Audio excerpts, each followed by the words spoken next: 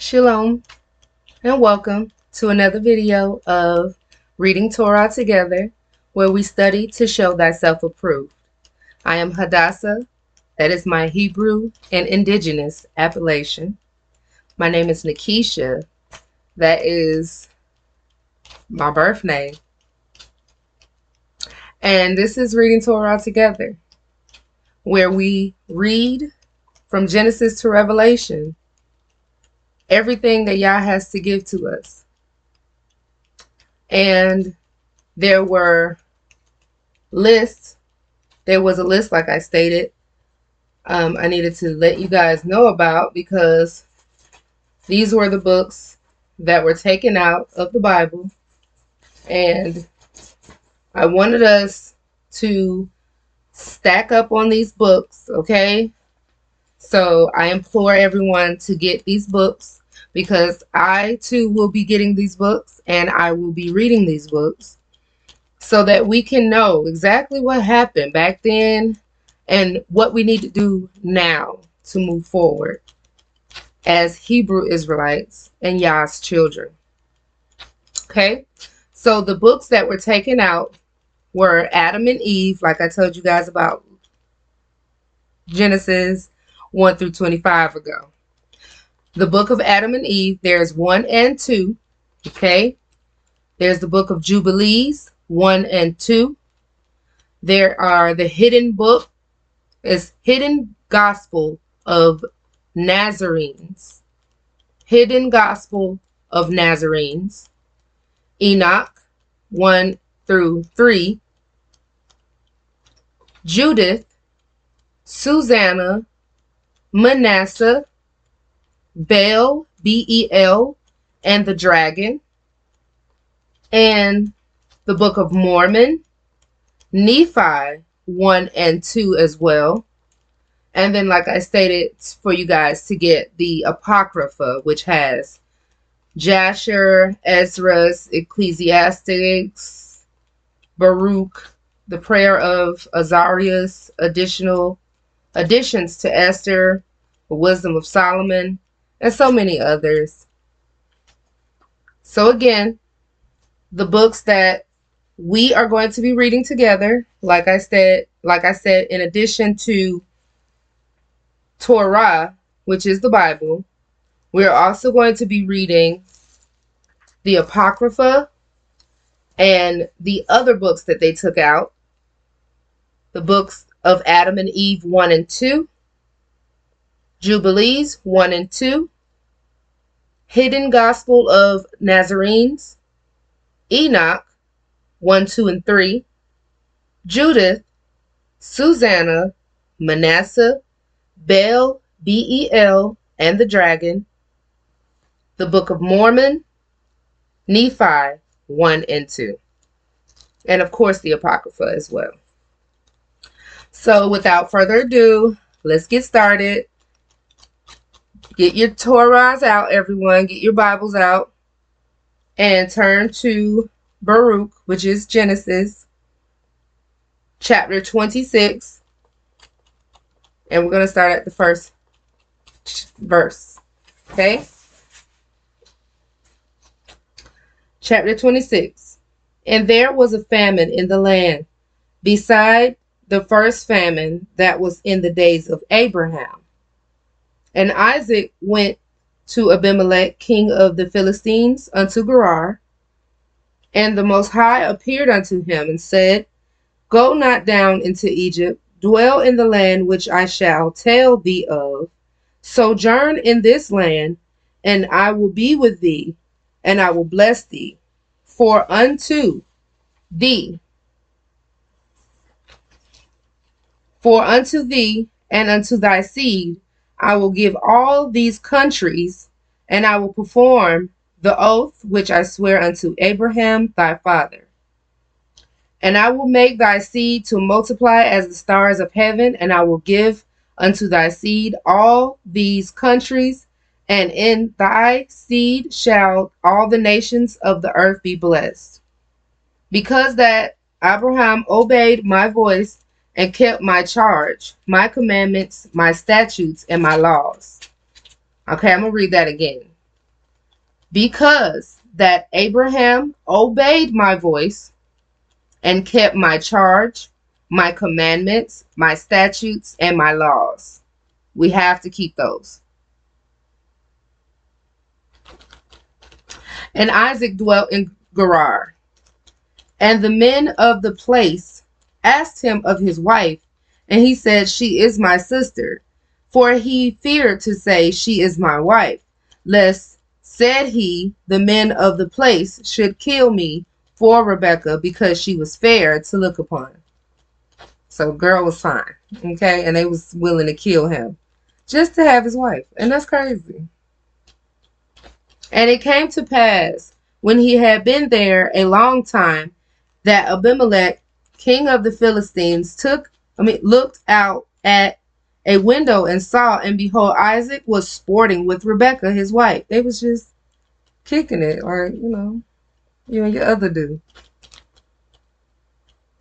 And Abimelech called Isaac and said, Behold, of a surety she is thy wife.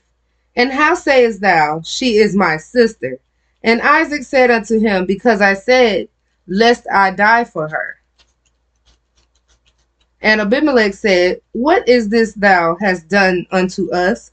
One of the people might lightly have lain with thy wife, and thou shouldest have brought guiltness upon us. And Abimelech charged all his people, saying, He that toucheth this man or his wife shall surely be put to death. Then Isaac sold that land and received in the same year 100-fold, and the Most High blessed him. So, if y'all don't get what was going on so far, they went into a foreign town that they didn't really know. Like, let's say you may still be in your state, but you went from Atlanta to Vidalia, okay? And you down here, you told these people that your wife is really your sister, but she's your wife. And then the Most High God was looking at that, and he was going to literally do bad things, really, to Abimelech if he or anybody touched either one of them. Okay, basically. But Isaac was scared and said that she was his sister instead of just telling the truth, because he didn't want to die, because she was fine. Okay. 13. And the man waxed great and went forward and grew until he became very great.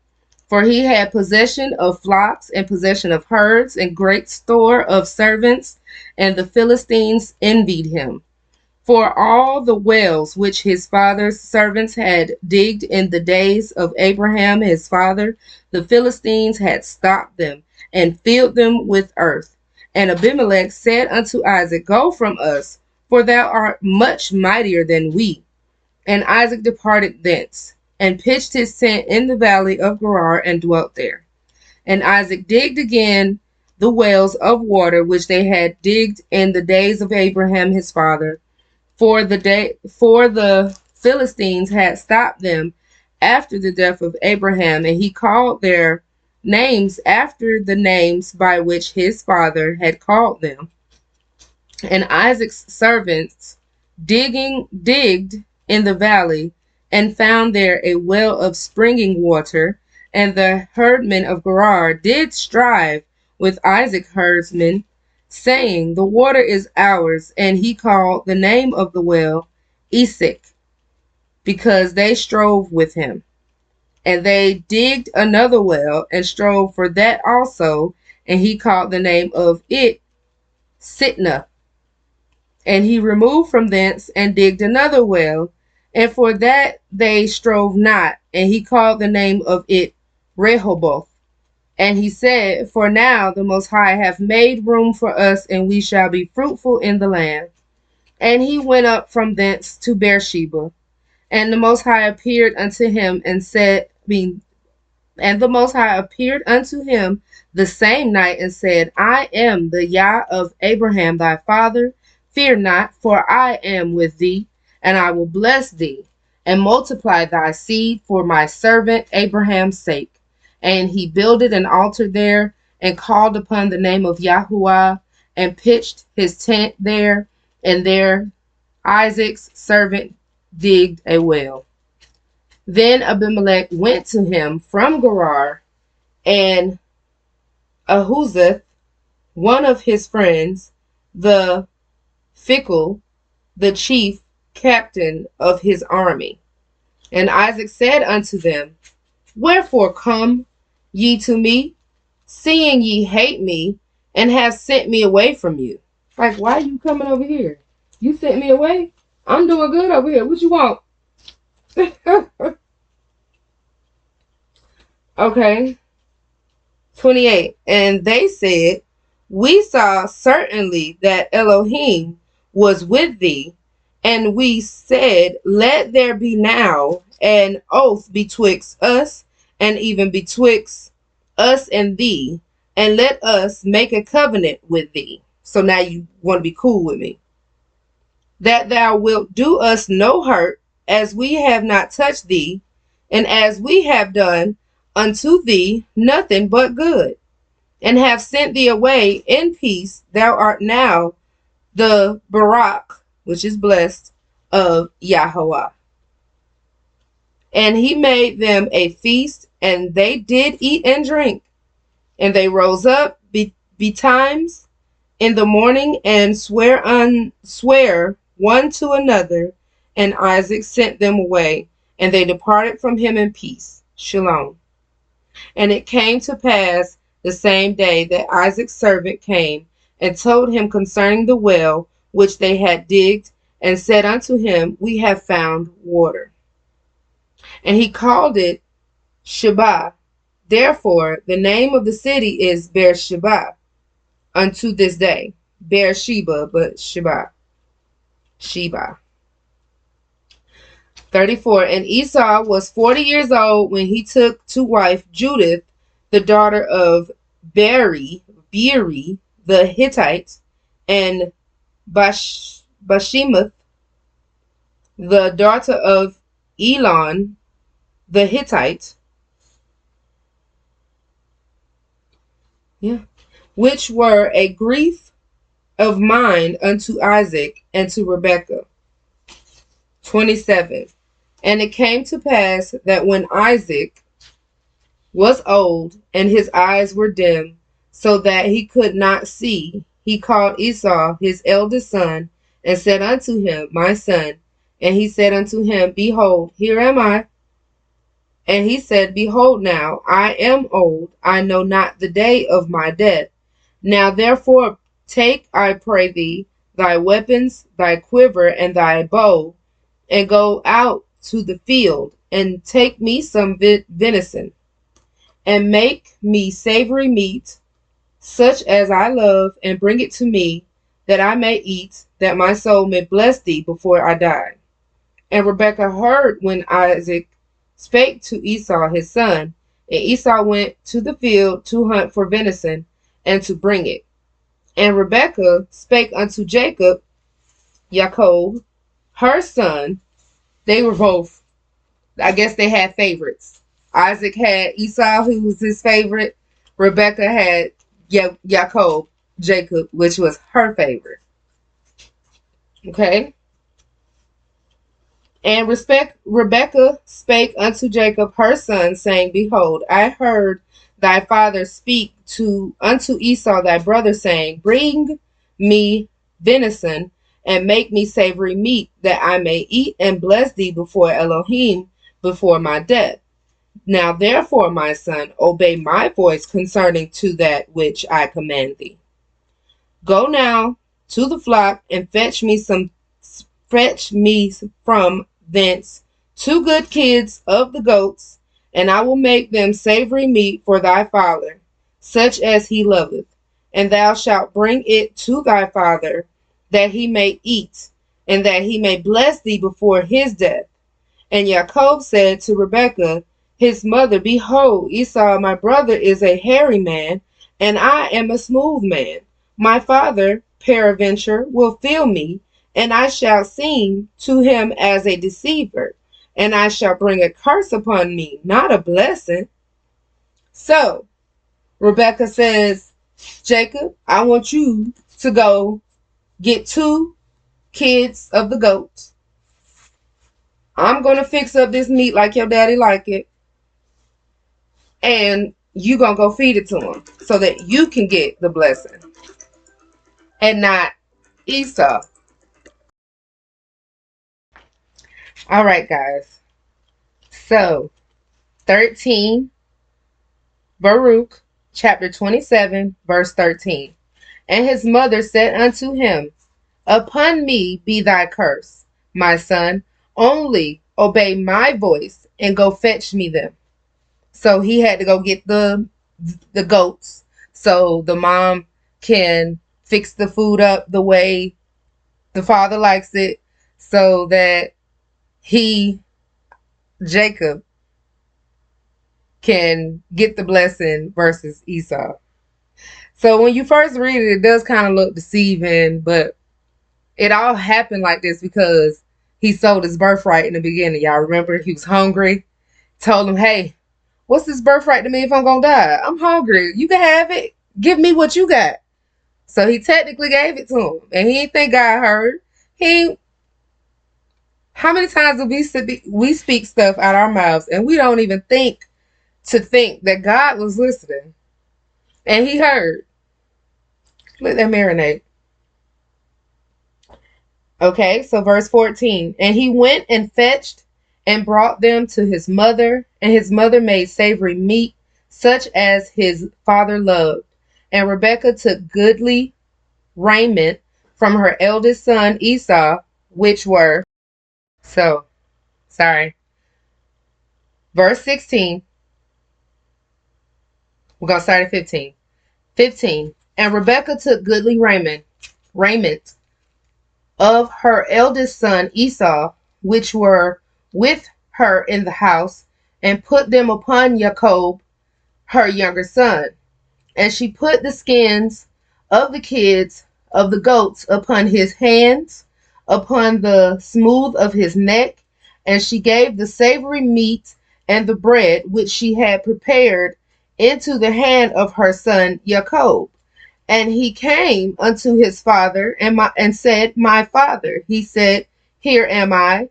Who art thou, my son? And Jacob said unto his father, I am Esau, thy firstborn. I have done according as thou badest me. Arise, I pray thee, sit and eat of my venison, that thy soul may bless thee.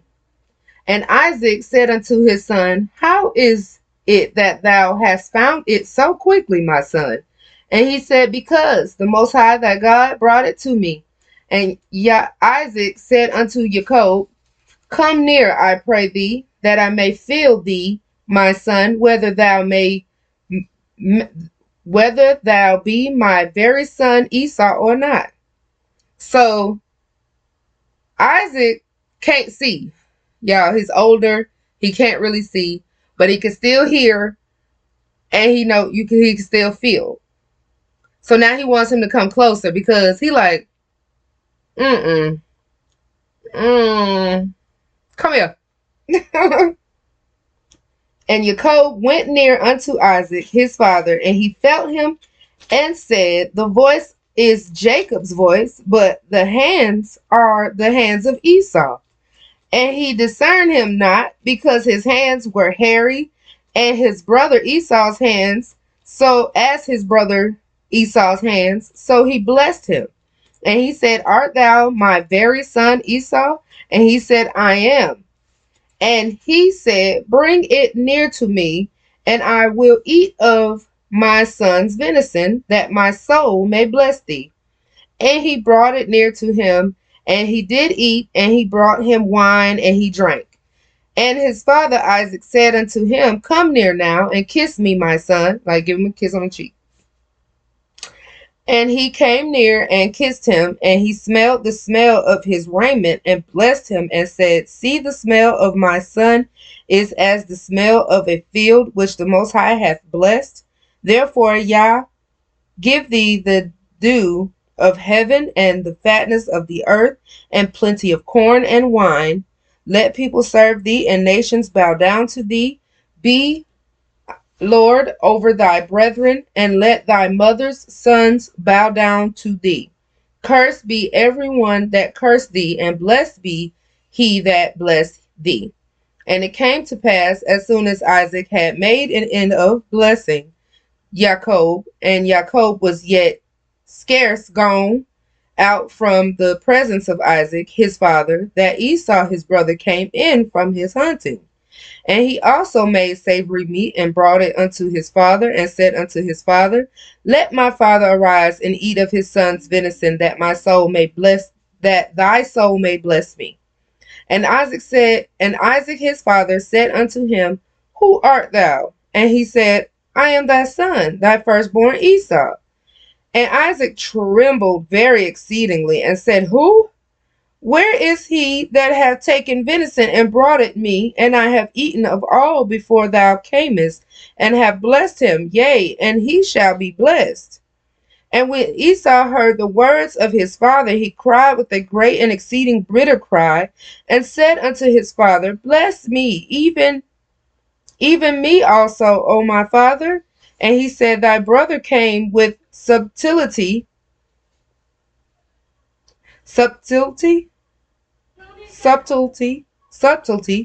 and hath taken away thy blessing.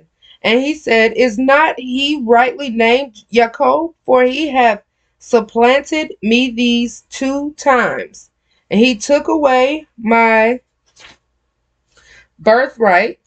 And behold, now he hath taken away my blessing. And he said, Hast thou not reserved a blessing for me? So, let me catch you guys up if you don't understand what's going on. Jacob just got the blessing from the father. He left. Okay, pew, out the door. Esau come in, and he now has the venison that his father was supposed to eat. So he come in, and he's like, This is Esau, your firstborn. And he's like, Oh my goodness, I already gave your blessing away. I gave it to the one who came already. He already came, he left. I gave it to him. And so now Esau is very angry with Jacob, because he's like, You got me twice, boy. The first time you got me when I was hungry. Now you got me again with my birthright. Which technically, it was his fault. It was his fault. Esau, it's your fault. But because his mind is filled with confusion and his heart is filled with evil, he don't even get it. Okay, we're going to finish reading. 37. And Isaac answered and said unto Esau, Behold, I have made him thy lord, and all his brethren have I given to him for servants, and with corn and wine have I sustained him. And what shall I do now unto thee, my son? And Esau said unto his father, Hast thou but one blessing, my father? Bless me even also, O my father. And Esau lifted up his voice and wept. And Isaac his father answered and said unto him, Behold, thy dwelling shall be the fatness of the earth, and of the dew of heaven from above. And by thy sword shalt thou live, and shalt serve thy brother. And it shall come to pass, when thou shalt have the dominion, that thou shalt break his yoke from off thy neck. And Esau hated Jacob because of the blessing wherewith his father blessed him. And Esau said in his heart, The days of mourning for my father are at hand. Then will I slay my brother Jacob. And these words of Esau, her elder son, were told to Rebekah, and she sent and called Jacob her younger son, and said unto him, Behold, thy brother Esau, as touching thee, doth comfort himself, purposing to kill thee. Now therefore, my son, obey my voice, arise, flee thou to Laban, and to Laban my brother to Haran, and tarry with him a few days until thy brother's fury turn away, until thy brother's anger turn away from thee, and he forget that which thou hast done to him. Then I will send and fetch thee from thence. Why should I be deprived also of you both in one day? And Rebekah said to Isaac, I am weary of my life because of the daughters of Heth. If Jacob take a wife of the daughters of Heth, such as these which are of the daughters of the land, what good shall my life do me? Now, Rebekah told Jacob to go to her people. A, because she wanted him to find a wife of her kindred, and B, because she didn't want him to mess around with the girls that were living around them at the time. Okay? So what was going on was, we as Hebrew Israelites lived amongst the Gentiles, but we did not integrate with them. We did not. Okay? That was this time. We did not integrate with them. Chapter 28.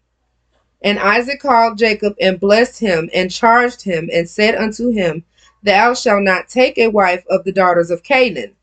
Arise, go to Padan Aram, to the house of Bethuel, thy mother's father, and take thee a wife from thence of the daughters of Laban, thy mother's brother. And Yah Almighty bless thee, and make thee fruitful, and multiply thee, that thou mayest be a multitude of people.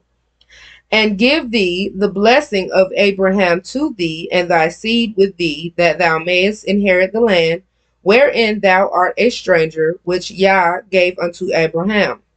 And Isaac sent away Jacob, and he went to Padan Aram, unto Laban, son of Bethuel, the Syrian, the brother of Rebekah, Jacob and Esau's mother. When Esau saw that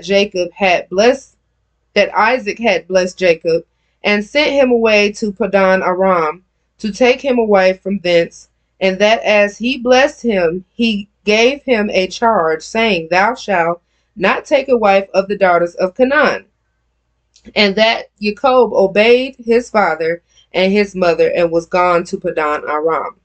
And Esau, seeing that the daughters of Canaan pleased not Isaac his father, then went Esau unto Ishmael, and took unto the wives which he had Mahalath, the daughter of Ishmael, Abraham's son, the sister of Nebajoth, to be his wife.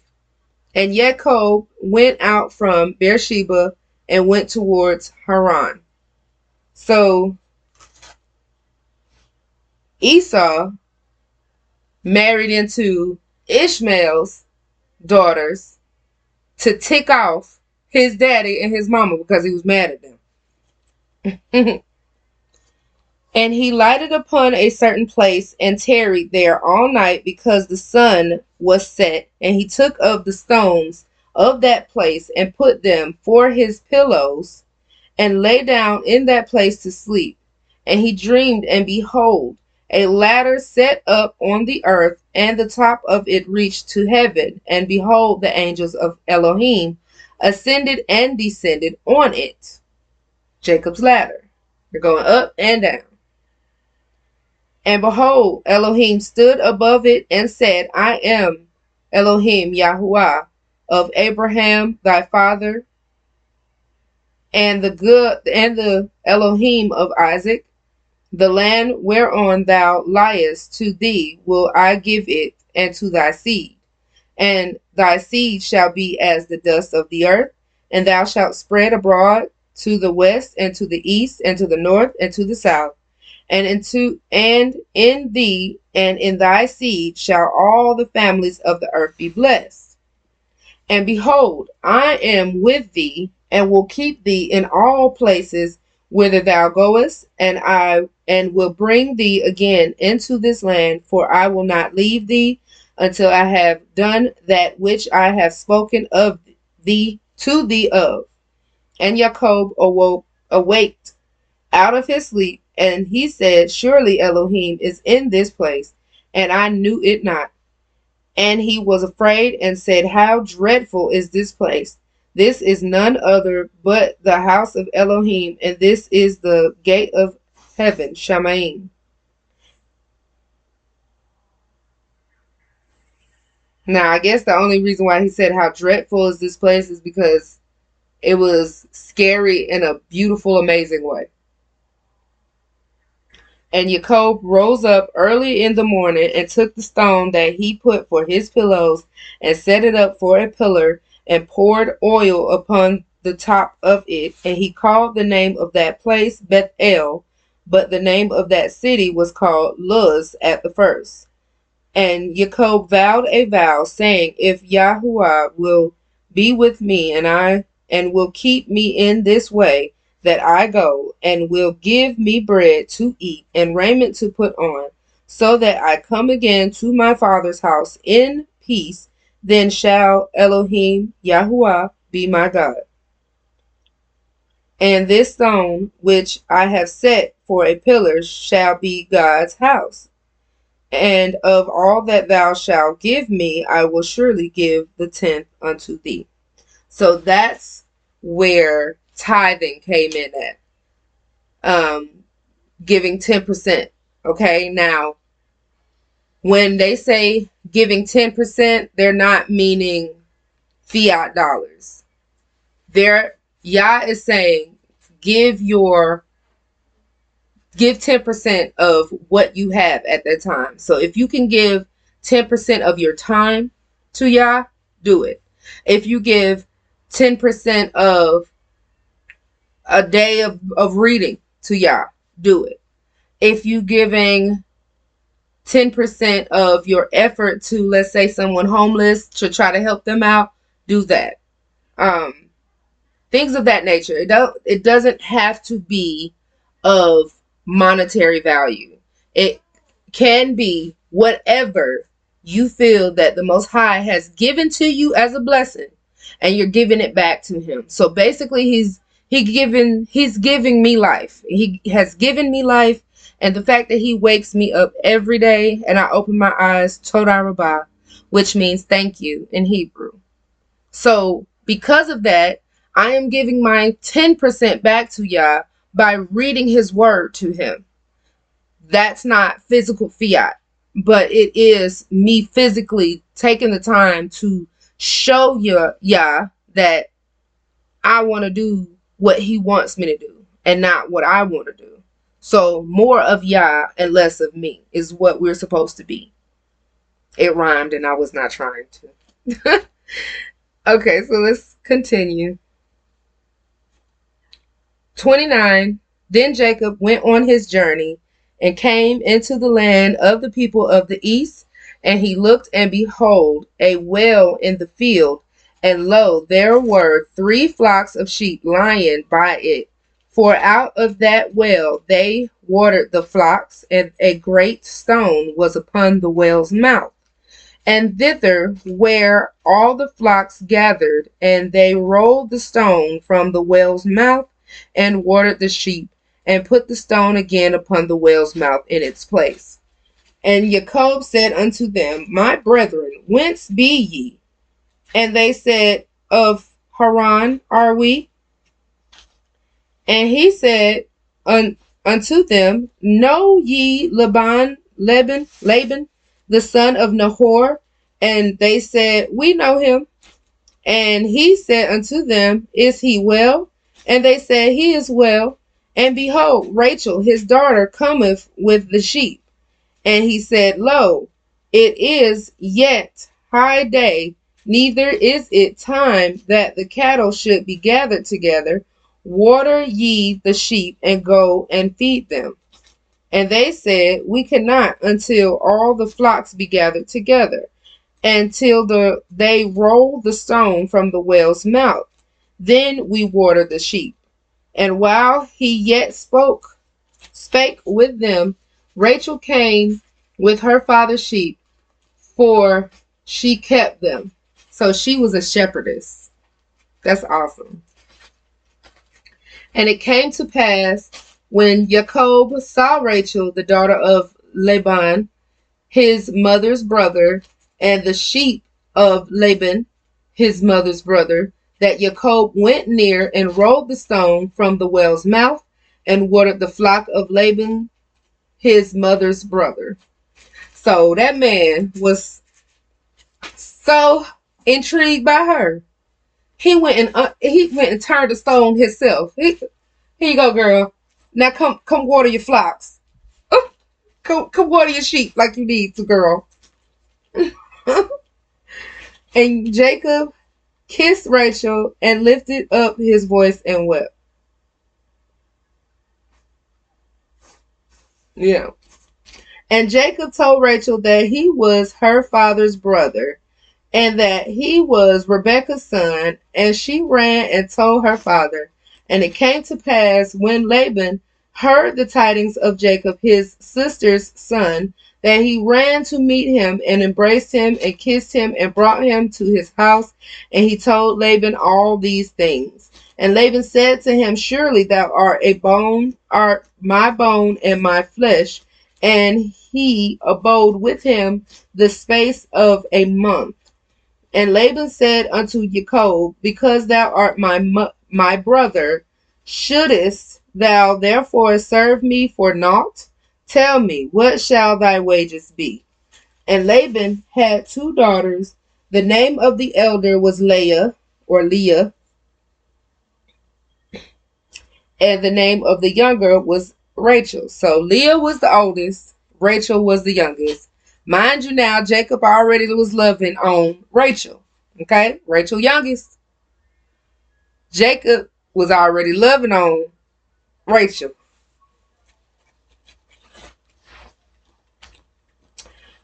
Okay. 16. And Laban had 2 daughters. The name of the elder was Leah, and the name of the younger was Rachel. Leah was tender-eyed, but Rachel was beautiful and well-favored. So Leah was alright, but she wasn't really as fine as the younger sister. The younger sister was fine. Ain't that crazy? So, yes, 18. And Jacob loved Rachel and said, I will serve thee 7 years for Rachel, thy younger daughter. Now, he said he's going to serve 7 years for Rachel, the younger daughter. Would you men put forth that much effort just to even date a female? Ain't that crazy? We don't do none of this type of stuff today. But that would have been awesome. Because that type of way shows the will of the man. And then if he works so hard to get her, he's not going to try to throw her away like she's some trash later on. That's deep.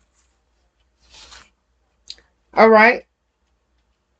19. And Laban said, it is better that I give her to thee than that I should give her to another man.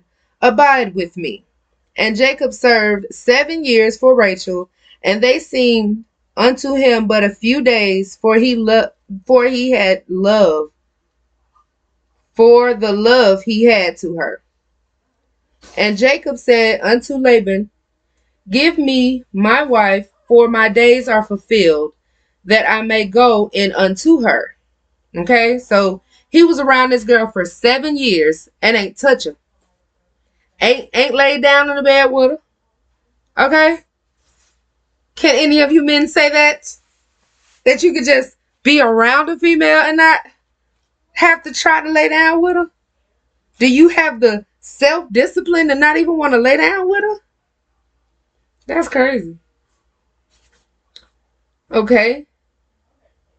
So 21. And Jacob said unto Laban, Give me my wife, for my days are fulfilled, that I may go in unto her. 22. Laban gathered together all the men of the place and made a feast. And it came to pass in the evening that he took Leah, his daughter, the older one now, y'all, and brought her to him, and he went in unto her. So he was tricked. He was tricked. And in the book of Adam and Eve, and or I think it was Jubilees, this story is like more in depth in that book. It explains it, how the deception happened. He didn't really realize it was going on, but Laban and all his people knew what was going on. It was crazy. Okay, so 23. And it came to pass in the evening that he took Leah, his daughter, and brought her to him, and he went in unto her. They consummated in the bed. Boom. They married then. So tell y'all this, males and females, when you lay in that bed, you are now married. You have consummated your marriage. So just cut friends and Netflix and chill and all this mess, honey, that is not what God talking about. Okay? That's what the devil talk about.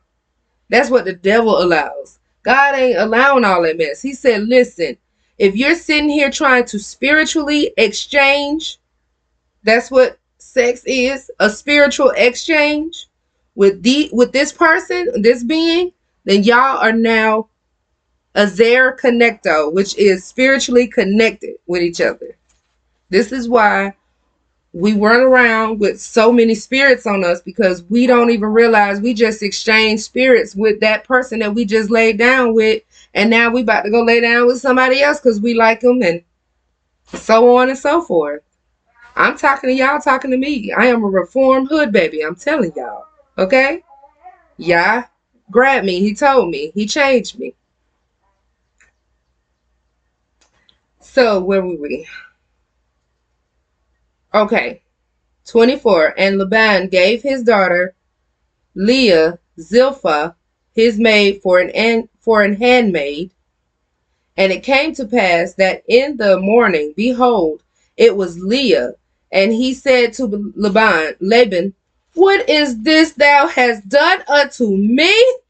I did not serve with thee for Rachel. Hold on, wait. Did I not serve with thee for Rachel? Wherefore then hast thou beguiled me? You tricked me. I didn't want Leah. I wanted Rachel.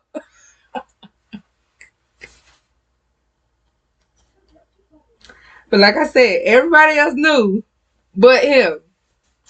Okay? And apparently, Mama Rebecca didn't tell him. The traditions of the Hebrew. Okay? So, let's go. 26. And Laban said, It must not be so done in our country to give the younger before the firstborn. You should have told me that in the beginning, boy.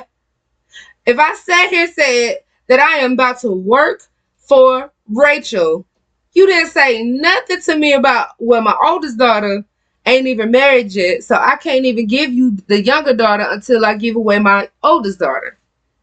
That's the tradition. The eldest daughter has to be married before the younger daughter. He didn't know that. Okay. So 27. Fulfill her week, and we will give thee this also for the service which thou shalt serve with me yet 7 other years. So he was already there a month. Then he turned around because he wanted to be with Rachel, worked 7 years, was tricked, and then had to work 7 more years to get the one that he actually wanted. So he wasn't over there Like, yeah, I like her, and I want her to, and I want to marry her, and I like her too. He wasn't doing that. He wanted one. He was tricked into having two. Let that marinate. 28. And Jacob did so and fulfilled her week. A week is 7 years. And he gave him Rachel, his daughter, to wife also. And Laban gave to Rachel his daughter Bilhah, his handmaid, to be her maid.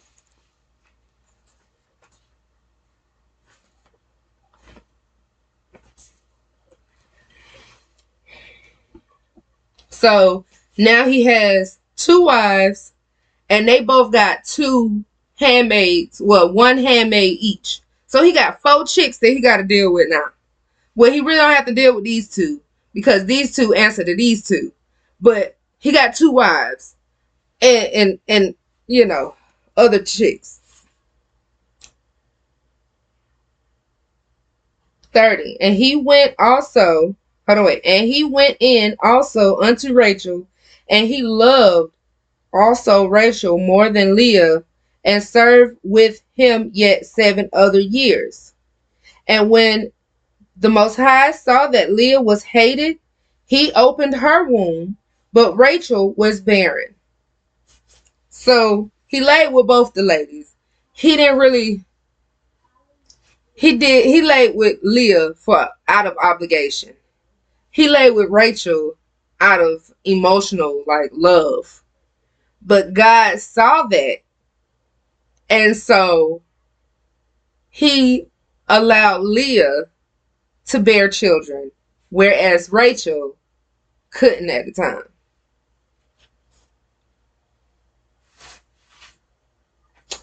32.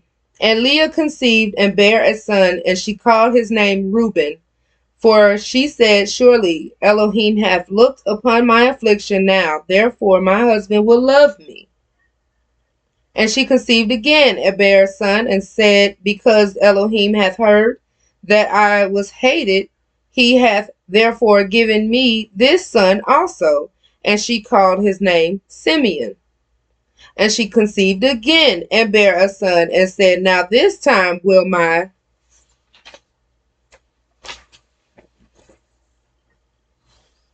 husband be joined unto me, because I have borne him 3 sons. Therefore was his name called Levi. And she conceived again and bare a son, and she said, now will I praise Elohim. Therefore she called his name Judah, and left bearing. So she stopped having children after. So she had 1, 2, 3, 4. She had 4 for him. And he didn't really want to. He really didn't want to be with him. So I guess they say she was hated, but I don't believe that she was hated. I think that she was just a convenient inconvenience. Chapter 30. And when Rachel saw that she bare Jacob no children, Rachel envied her sister and said unto Jacob, give me children, or else I die. And Jacob's anger was kindled against Rachel, and he said, am I in God's stead? Who hath withheld from thee the fruit of the womb? Okay, girl, I'm not God. I've been doing what I'm supposed to do. It's just God said no. Okay? And she said, behold, my maid Bilhah, go in unto her, and she shall bear upon my knees, that I may also have children by her. That's that Sarah crap. 4. And she gave him Bilhah, her handmaid, to wife, and Jacob went in unto her, and Bilhah conceived and bare Jacob a son. And Rachel said, God hath judged me, and hath also heard my voice, and hath given me a son, therefore called his name Dan. He didn't give you that child. You gave you that child. And Bilhah, Rachel's maid, conceived again, and bare Jacob a second son. And Rachel said, with great wrestlings have I wrestled with my sister, and I have prevailed. And she called his name Naphtali. I don't understand why she thinks she's battling with her sister. Like, girl, you ain't the one bearing these children and having them. Like, what? They're not yours. When Leah saw that she had left bearing, she took Zilpah, her maid, and gave her Jacob to wife. And Zilpah, Leah's maid, bare Jacob a son. And Leah said, a troop cometh, and she called his name Gad. And Zilpah, Leah's maid, bare Jacob a second son. And Leah said, happy am I, for the daughters will call me blessed. And she called his name Asher. So it seems to me like when they have a handmaid or something like that, the maid servant,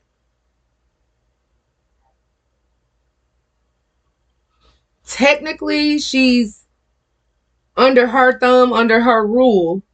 So even if she gives the handmaid to her husband to bear children, the child is really technically supposed to be the original wife's, even though, what? That part right there, I'm sorry. I'm still like trying to wrap my head around this sister wifing thing. I'm going to be totally and honest with y'all. I have not in here yet. I have not, come to overstanding and accepted it. I honestly would love to be with a man that wants to have only one female. I mean, I get it. Everybody's, so many females out here to males. Is that the reason why we gotta just overly procreate with with each other? Like, is that the reason why? Like, we gotta act like bacteria and replicate like we crazy? Like, we ain't got nothing else better to do? Honey, I'm still working on that. And I pray that Yah works with me on that. So, if I be wrong in my mind and in my heart, please change me. I pray that you change me, Father, because if that ain't right, then I don't want to be wrong, and help correct me. But if it's not wrong for me to feel like I want to have a husband that just wants one female, then so be it as well. We're going to keep moving. 14. And Reuben went in the days of wheat harvest and found mandrakes in the field and brought them unto his mother Leah. Then Rachel said to Leah, give me, I pray thee, of thy son's mandrakes. And she said unto her, is it a small matter that thou hast taken my husband? And wouldest thou take away my son's mandrakes also? And Rachel said, therefore he shall lie with thee tonight for thy son's mandrakes.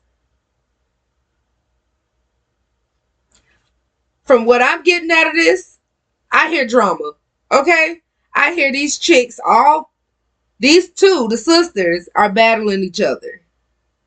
And the handmaids are just pawns that they're using for their husband to have children, to bear children, to keep replicating himself. I guess that's supposed to be the most important thing, for the righteous man to be able to replicate himself. Maybe. And Jacob came out of the field in the evening, and Leah went out to meet him and said, thou must come in unto me, For surely I have hired thee with my son's mandrakes. And he lay with her that night. And Yah hearkened unto Leah, and she conceived, and bare Jacob the fifth son.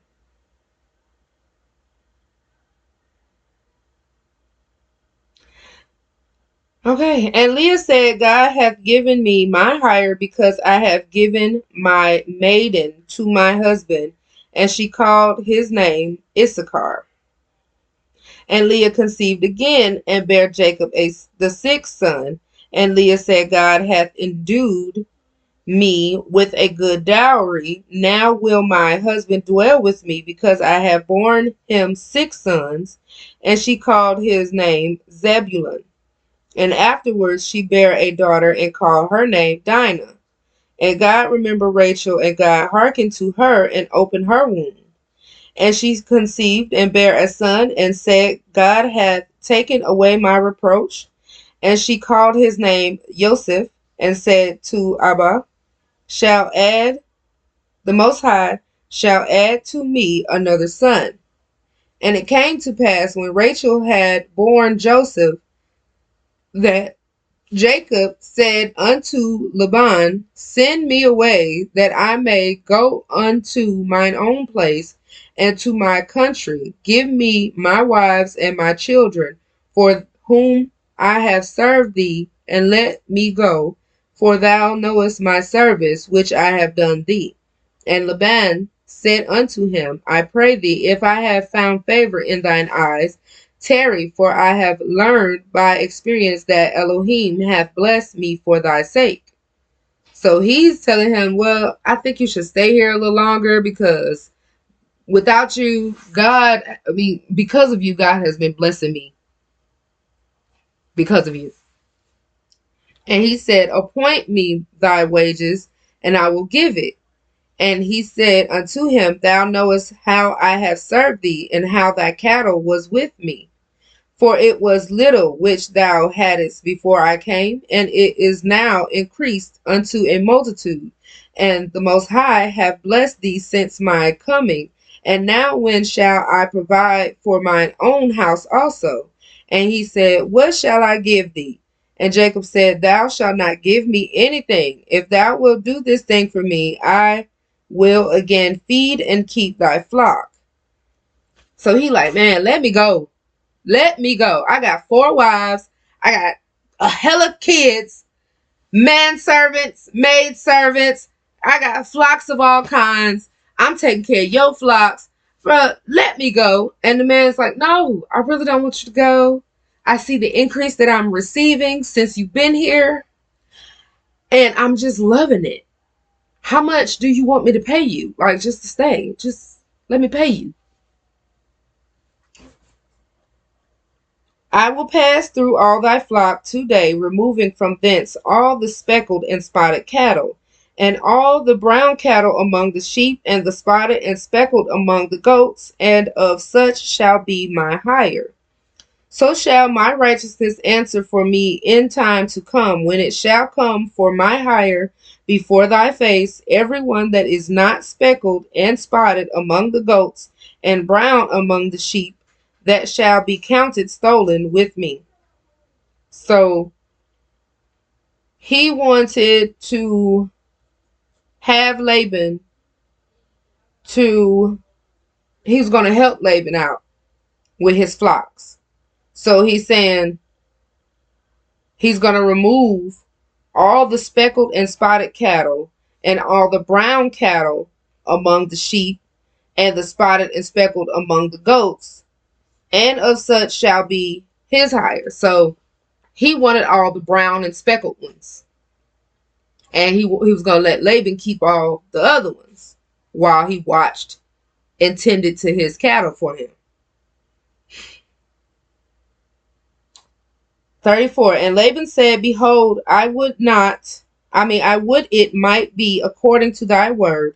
And he removed that day the he goats that were ring-streaked and spotted, and all the she goats that were speckled and spotted, and every one that had some white in it, and all the brown among the sheep, and gave them into the hand of his sons. And he set 3 days' journey betwixt himself and Jacob fed the rest of Laban's flocks. And Jacob took him rods of green poplar and of the hazel and chestnut tree, and peeled white strakes in them, and made the white appear which was in the rods. And he set the rods which he had peeled before the flocks in the gutters, in the watering troughs, when the flocks came to drink, that they should conceive when they came to drink. And the flocks conceived before the rods, and brought forth cattle, ring-strapped, speckled, and spotted. And Jacob did separate the lambs, and set the faces of the flocks toward the ring-straked, and all the brown in the flock of Laban. And he put his own flocks by themselves, and put them not unto Laban's cattle. And it came to pass, whensoever the stronger cattle did conceive, that Jacob laid the rods before the eyes of the cattle in the gutters, that they might conceive among the rods. But when the cattle were feeble, he put them not in. So the feebler were Laban's, and the stronger Jacob's. And the man increased exceedingly, and had much cattle, and maid servants, and men servants, and camels, and asses. So he was taking care of Laban's flock while separating his flock from Laban's flock. And it ended up being that Laban's flock were the weaker ones and Jacob's flock were the stronger ones. He did something about a rod, putting a rod in a gutter while the cattle went over to drink. So that's like a form of magic. It's a form of magic. But this was like everyday overstanding for a Hebrew. But to the untrained eye, to the Gentile, it looked like magic. Chapter 31. And he heard the words of Laban's sons, saying, Jacob hath taken away all that was our father's, and of that which our fathers hath he gotten all this glory. And Jacob beheld the countenance of Laban, and behold, it was not towards him as before. And the Most High said unto Jacob, Return unto the land of thy fathers, and to thy kindred, and I will be with thee. And Jacob sent and called Rebekah and Leah to the field unto his flock, and said unto them, I see your father's countenance, that it is not towards me as before, but Elohim of my father have been with me. And ye know that with all my prayer I have served your father. And your father hath deceived me, and changed my wages 10 times. But Yah suffered him not to hurt me. If he said thus, the speckled shall be my wages, then all the cattle bear speckled. And if he said thus, the ring-strapped shall be thy hire, then bear all the cattle ring-strapped. Thus God hath taken away the cattle of your father, and had given them to me. And it came to pass at the time that the cattle conceived, that I lifted up my eyes, and I saw in a dream, and behold, the rams which leaped upon the cattle were ring-strapped, speckled, and bristled. And the angel of Elohim spake unto me in a dream, saying, Jacob. And I said, Here am I. He said, Lift up now thine eyes, and see, all the rams which leap upon the cattle are ring-strapped, speckled, and gristled. For I have seen all that Laban doeth unto thee. I am the Elohim of Bethel, where thou anointedst the pillar, and where thou vowedst a vow unto me. Now arise, get thee out from this land, and return unto the land of thy kindred. So God even said he's seen how Laban, I'm going to say it again. He said, all the rams, I have seen all that Laban doeth unto thee. Okay?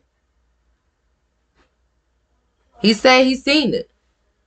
So when you're going through trials and tribulations, and I'm telling you guys this, telling myself this, when we're going through trials and tribulations, it's very easy to feel like God is not with us. God is not hearing us. It's taking so long for a change to be made or something like that. But that's where we must buckle down even more, because Satan wants us to loosen that doggone latch and just fly off the handle and go back to what's comfortable, what we're used to.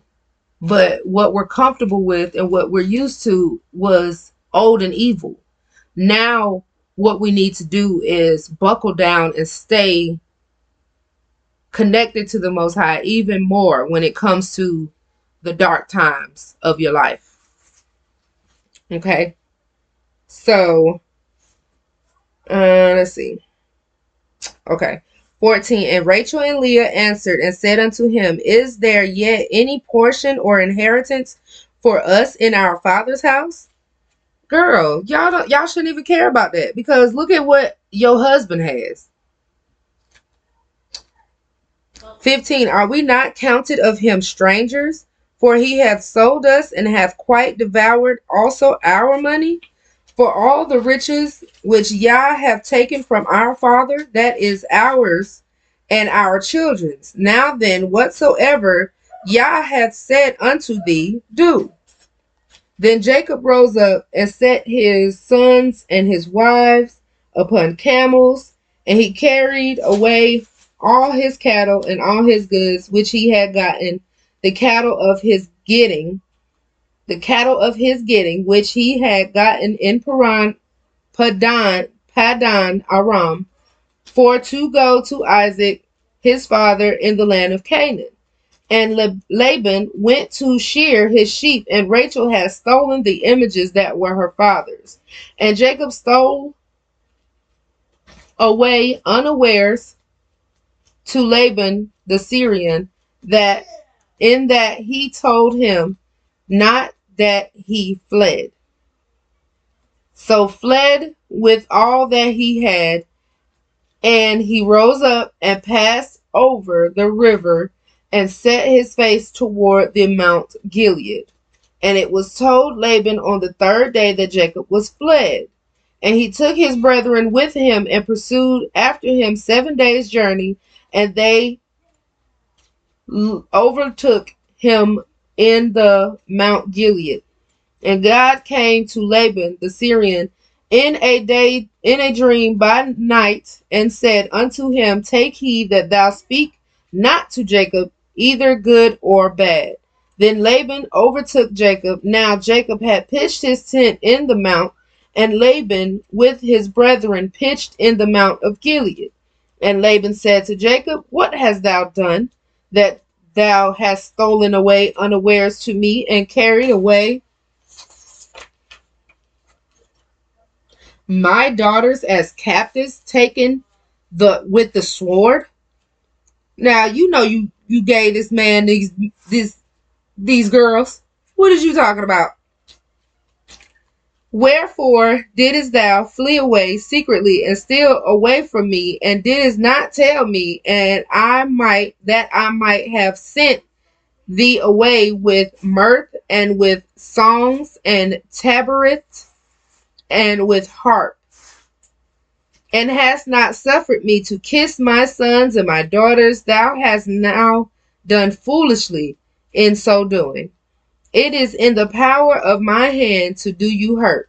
But Yah of your father spake unto me yesternight, saying, Take thou heed that thou speak not to Jacob either good or bad. And now, though thou wouldest needs be gone, because thou sore longest after thy father's house, yet wherefore hast thou stolen my gods? And Jacob answered and said to Laban, Because I was afraid, for I said, Peradventure thou wouldest take by force thy daughters from me. With whomsoever thou findest thy gods, let him not live before our brethren discern thou what is thine with me, and take it to thee. For Jacob knew not that Rachel had stolen them. And Laban went into Jacob's tent, and into Leah's tent, and into the maid servants' tents, but he found them not. Then went he out of Leah's tent and entered into Rachel's tent. Now Rachel had taken the images and put them in the camel's furniture and sat upon them. And Laban searched all the tent but found them not. So Rachel took images of Laban, her father's gods. Now she's sitting on top of them while she's sitting on the camel, or she's sitting on the floor, but she's sitting on top of them. Whatever she's sitting on, however she's sitting on top of those God little g images, okay? And they just said, Jacob just said that he don't have none of his stuff, but the one that has it, well, let me go back to what he says.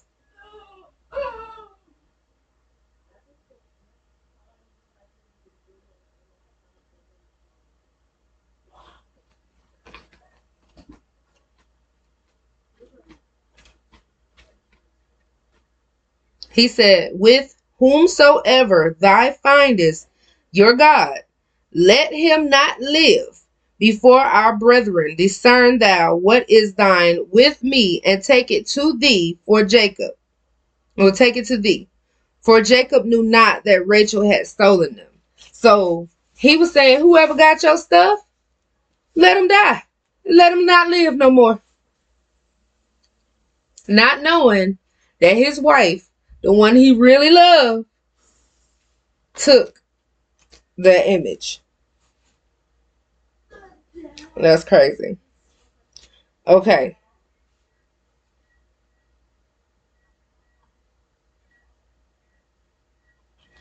"35. And she said to her father, let it not displease my lord that I cannot rise." I guess so. She's sitting on the floor. "That I cannot rise up before thee, for the custom of women is upon me." So meaning she on her cycle. "And he searched, but found not the images." So of course she was not going to get up because she's sitting right on top of them images, and she heard her husband say, "Ooh, whoever you found them images with, that person is dead." So she lied on top of stealing. Crazy in the mind, evil in the heart. All right.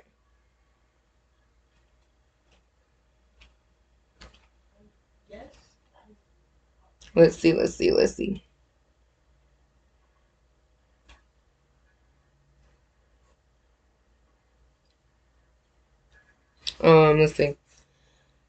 Okay, she said to her father, let it not displease my lord that I cannot rise up before thee, for the custom of women is upon me. And she reached and she searched, and he searched, but found not the images.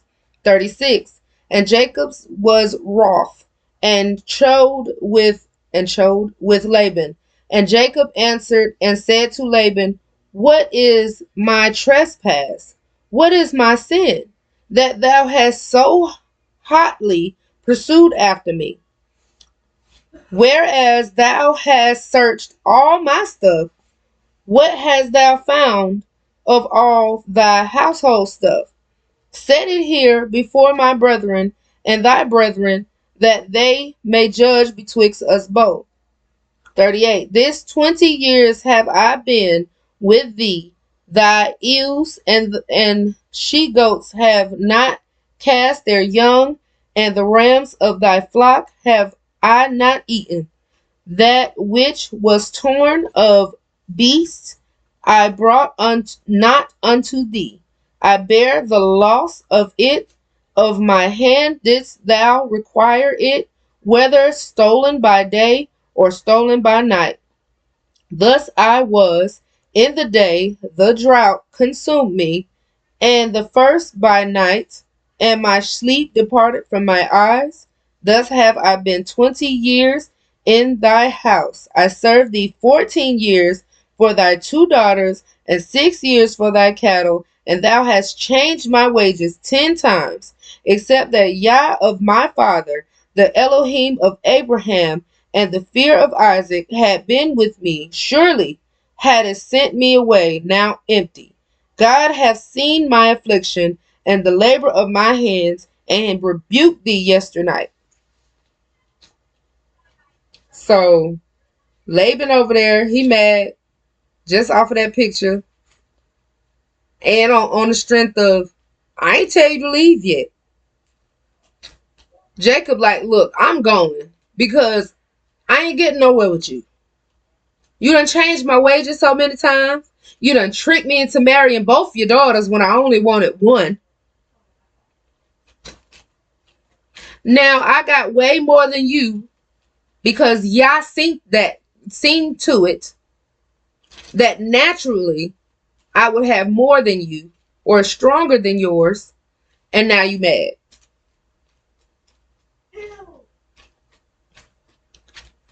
Except, let me see. And Laban answered and said unto Jacob, these daughters are my daughters, and these children are my children, and these cattle are my cattle, and all that thou hast seen, that thou seest, is mine.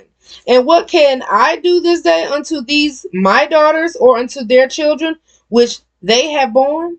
Now therefore, come thou, let us make a covenant, I and thou, and let it be for a witness between me and thee. And Jacob took a stone and set it up for a pillar. And Jacob said unto his brethren, gather stones. And they took stones and made a heap, and they did eat whereupon the heap. Thereupon the heap. Now, the stones are starting to begin to look to me as the mark or the sign that there was a covenant between parties. And it is to remain there so that it could be a constant reminder of that contract that was agreed upon. 47. And Laban called it Jegar Sahadutha, but Jacob called it Gilead. And Laban, this heap is a witness between me and thee this day. Therefore was the name of it called Gilead. And Mizpah, for he said, the Elohim watch between me and thee when we are absent from one another. If thou shalt afflict my daughters, or if thou shalt take other wives beside my daughters, no man is with us. See, Yah is witness betwixt me and thee. And Laban said to Jacob, behold this heap, and behold this pillar, which I have cast betwixt me and thee. This heap be witness, and this pillar be witness, that I will not pass over this heap to thee, and that thou shalt not pass over this heap and this pillar unto me for harm. And Yahuwah of Abraham and Yahuwah of Nahor, the Yah of their father, judge betwixt us.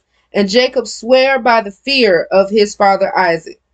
Then Jacob offered sacrifice upon the mount, and called his brethren to eat bread. And they did eat bread, and tarried all night in the mount. And early in the morning Laban rose up and kissed his sons and his daughters, and blessed them. And Laban departed and returned unto his place. 32.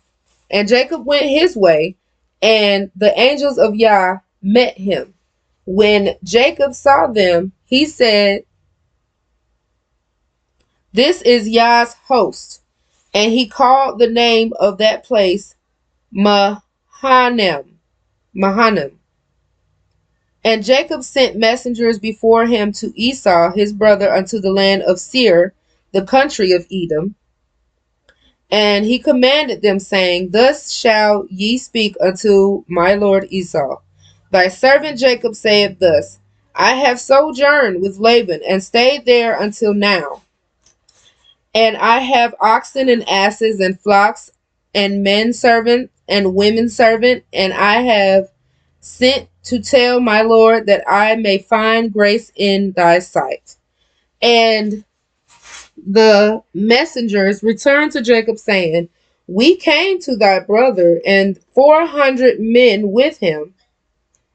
Then Jacob was greatly afraid and distressed, and he divided the people that was with him, and the flocks and herds and the camels into 2 bands, and said, If Esau come to the one company and smite it, then the other company which is left shall escape. And Jacob said, O God of my father Abraham, Elohim of my father Isaac, Adonai, which sayest unto me, Return unto thy country and to thy kindred, I will deal well with thee. I am not worthy of the least of all of the mercies of all of the truth which thou hast showed unto thy servant, for with my stuff I passed over this Jordan, and now I am become 2 bands. Deliver me, I pray thee, from the hand of my brother, from the hand of Esau, for I fear him, lest he will come and smite me, and the mother with the children. And thou sayest, I will surely do thee good, and make thy seed as the sand of the sea, which cannot be numbered for multitude. And he lodged there that same night, and took of that which came to his hand, and present for Esau his brother, in presents. So he split his family up in 2. His mishpah. He split his mishpah up into 2 because he was still fearful that Esau was still mad at him, even though it's been like 20 something years. But he could still be holding some animosity because he said he was gonna kill him after their father died, and he been gone. So he split them. He split up his family. He said, let the first one go, so that if the first one get killed by Esau, the second portion of my people can still survive.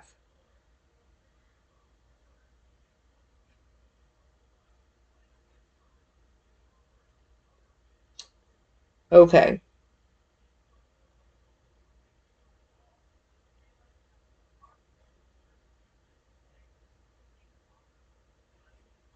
Oh yeah. Okay. So 14. 200 she-goats, 20 he-goats, 200 ewes, and 20 rams. 30 milch camels with their colts, 40 kine, 10 bulls, 20 she-asses, and 10 fowls. Foals.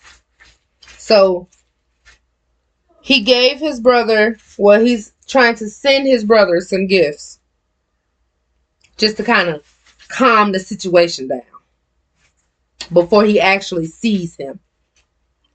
And he delivered them into the hands of his servants, every drove by themselves, and said unto his servants, Pass over before me, and put a space betwixt drove and drove. So separate the groups and put some space in between the groups. But still take these gifts to my brother.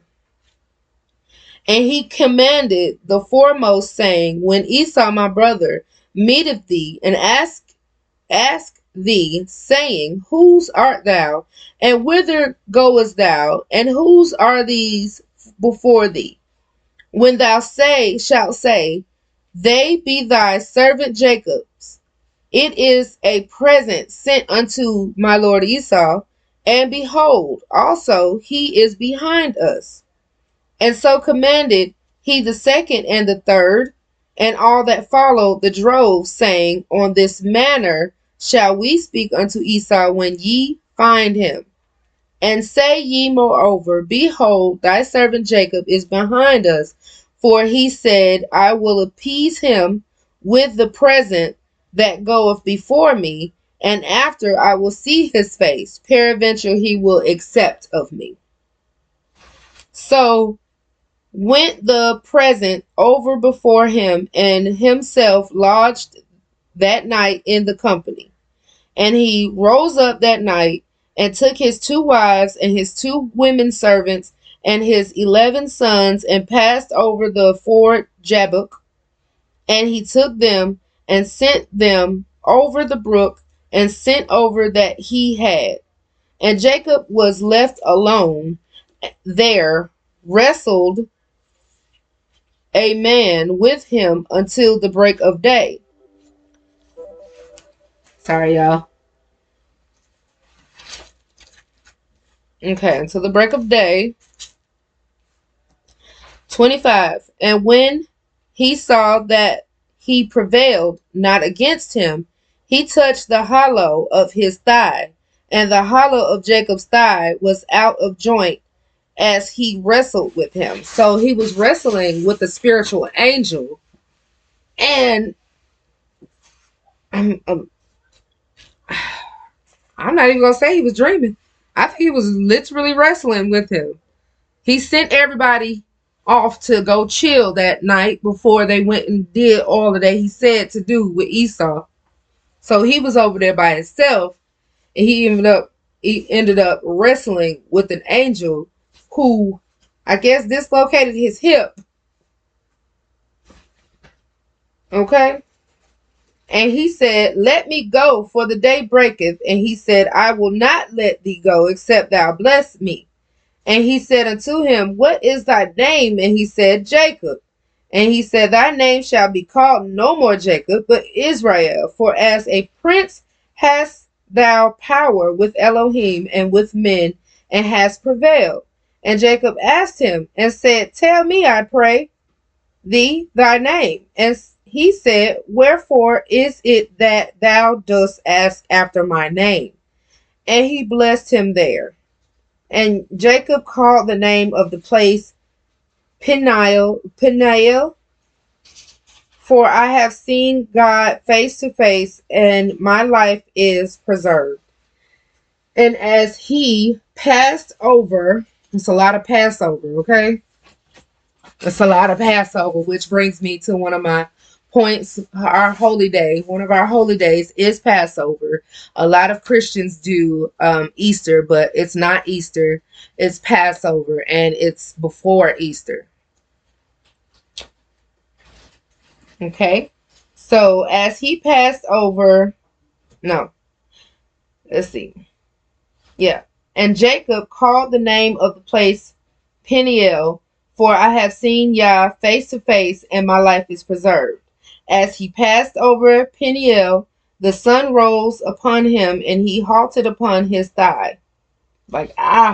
Therefore the children of Israel eat none of the sinew which shrank, which is upon the hollow of the thigh unto this day, because he touched the hollow of Jacob's thigh in the sinew that shrank. Definitely around with the joint area. You don't eat that around there, okay? 33. And Jacob lifted up his eyes and looked, and behold, Esau came with him 400 men, and he divided the children unto Leah and unto Rachel and unto the 2 handmaids. He put the handmaids and their children foremost, and Leah and their children after, and Rachel and Joseph hindermost. And he passed over before them, and bowed himself to the ground 7 times, until he came near to his brother. And Esau ran to meet him, and embraced him, and fell on his neck, and kissed him, and they wept. And he lifted up his eyes, and saw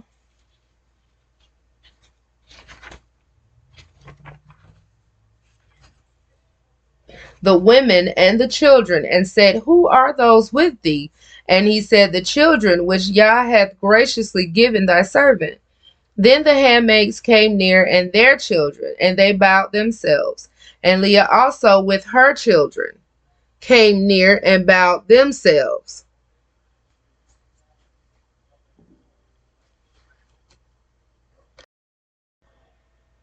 And he said, what meanest thou by all this drove which I met? And he said, these are to find grace in the sight of my Lord. And Esau said, I have enough, my brother. Keep that thou hast unto thyself. And Jacob said, nay, I pray thee, if now I have found grace in thy sight, then receive my present at my hand, for therefore I have seen thy face, as though I have seen the face of Elohim, and thou wast pleased with me.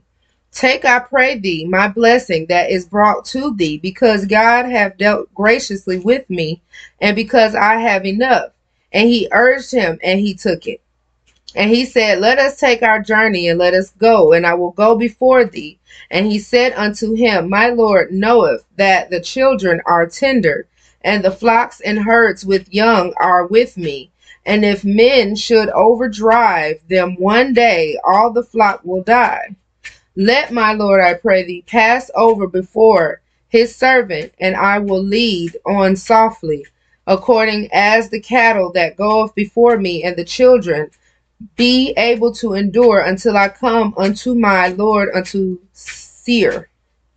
And Esau said, let me now leave with these some of the folk that are with me. And he said, what needeth it? Let me find grace in thy sight of my Lord. So Esau returned that day on his way to Seir, and Jacob journeyed to Sukkot, and built him an house, and made booths for his cattle. Therefore the name of the place is called Sukkot. Sukkot is another Hebrew tradition that we are supposed to recognize and celebrate. That is around, I'm going to say, Sukkot is around when everybody doing Thanksgiving. Around that time, we're supposed to do Sukkot. So they have their unholy days around our holy days.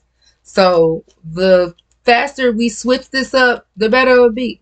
And it should be easy because, you know, like Hanukkah is another holy day that we're supposed to celebrate. It's not days, but days, because you're supposed to celebrate it for 7 days. If I'm not mistaken, 7 days, Hanukkah, and it was around Christmas time. See what I'm saying? I feel that Hanukkah was better anyway because you get 7 days of goodness versus just Christmas Eve, Christmas Day. You get 2 days, let's say. This is 7 whole days. You get a whole week, okay, of gifts, of everything else. So I think we should be celebrating that even better, even more, you know? Okay, so where are we at?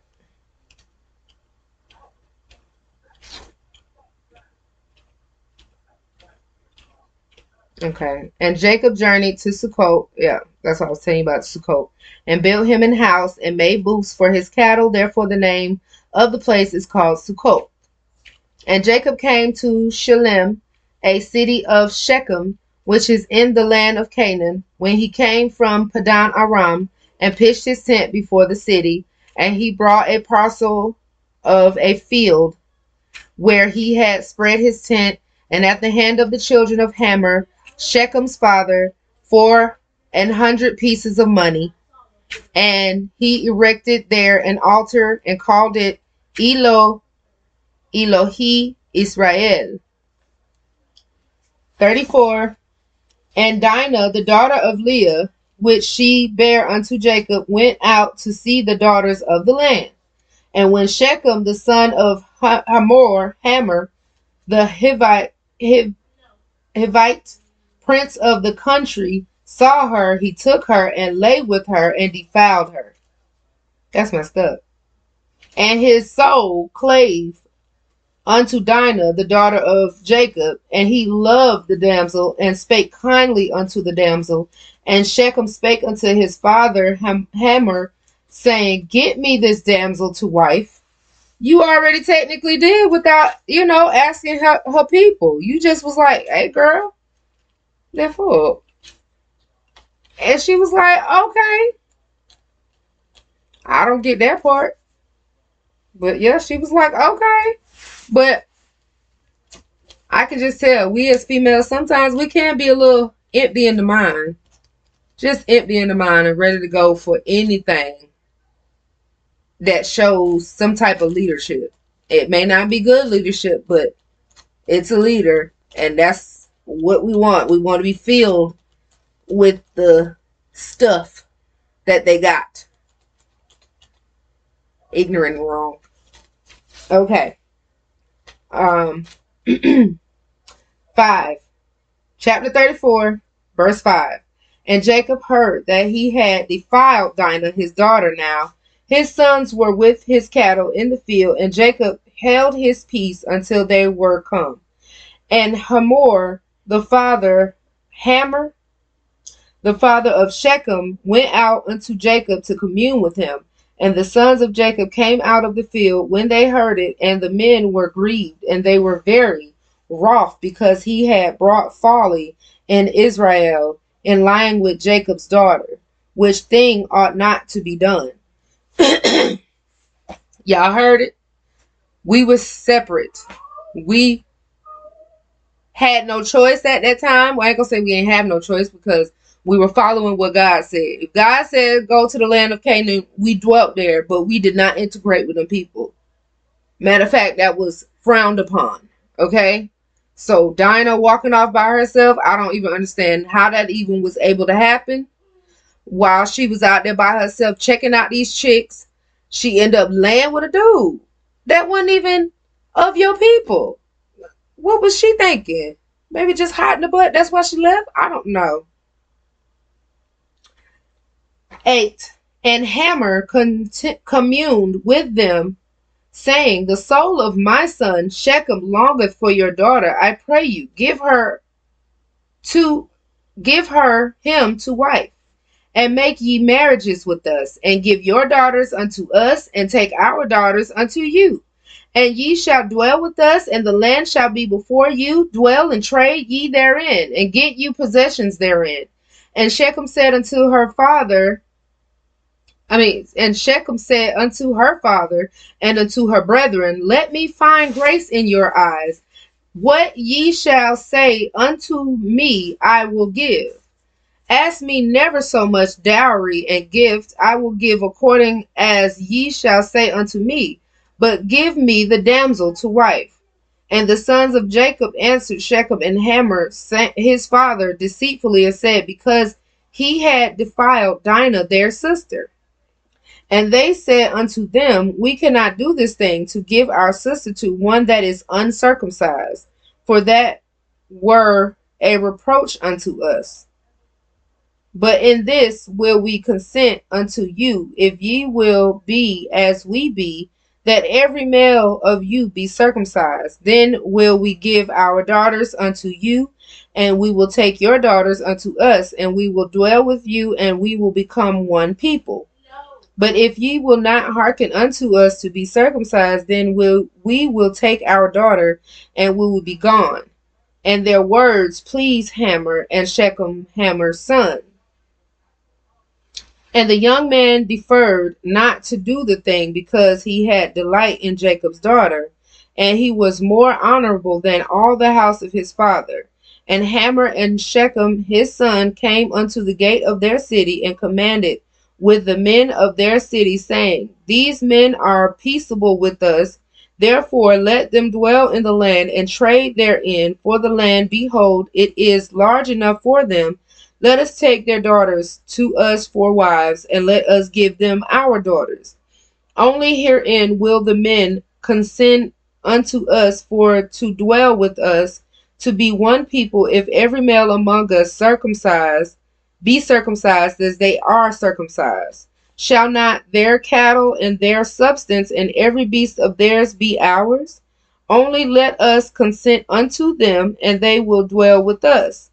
And unto Hamor and unto Shechem his son hearken all that went out of the gate of his city, and every male was circumcised, all that went out of the gate and of his city.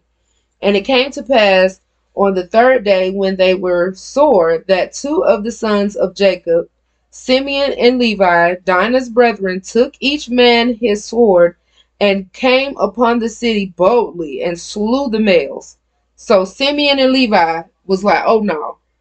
After the second day, those men circumcised themselves and they was like, ooh, we still saw the second day.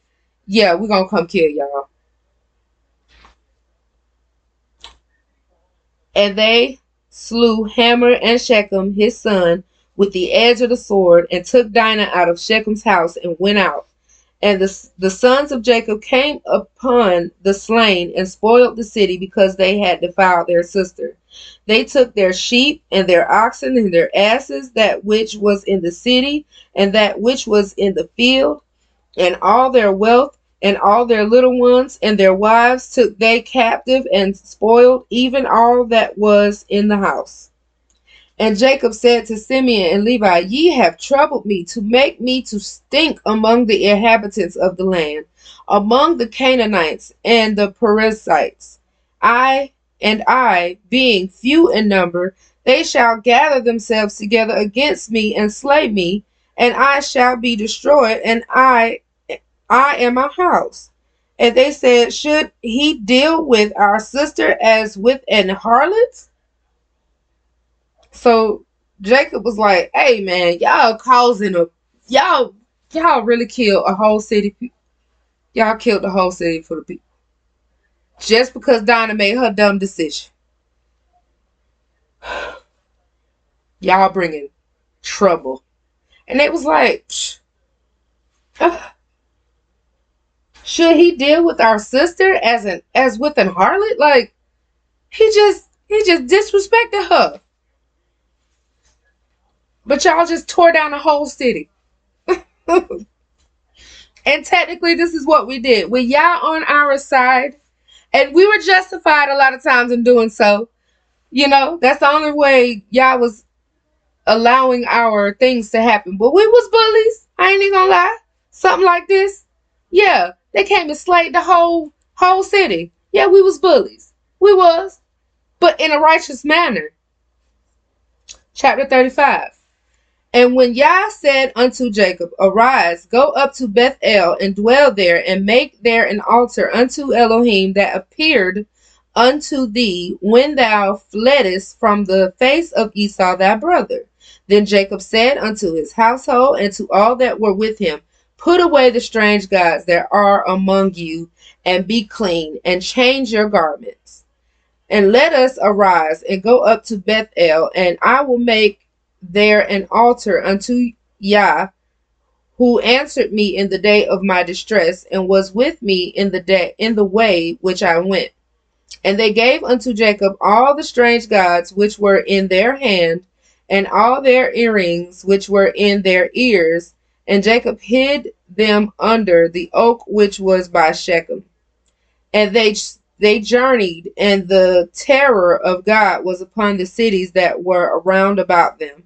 And they did not pursue after the sons of Jacob. So Jacob came to Luz, which is in the land of Canaan, that is Bethel, he and all the people that were with him. And he built there an altar and called the place El Bethel, because there Elohim appeared unto him when he fled from the face of his brother. But Rebecca's nurse, died, and she was buried beneath Bethel under an oak, and the name of it was called Alon Bachut.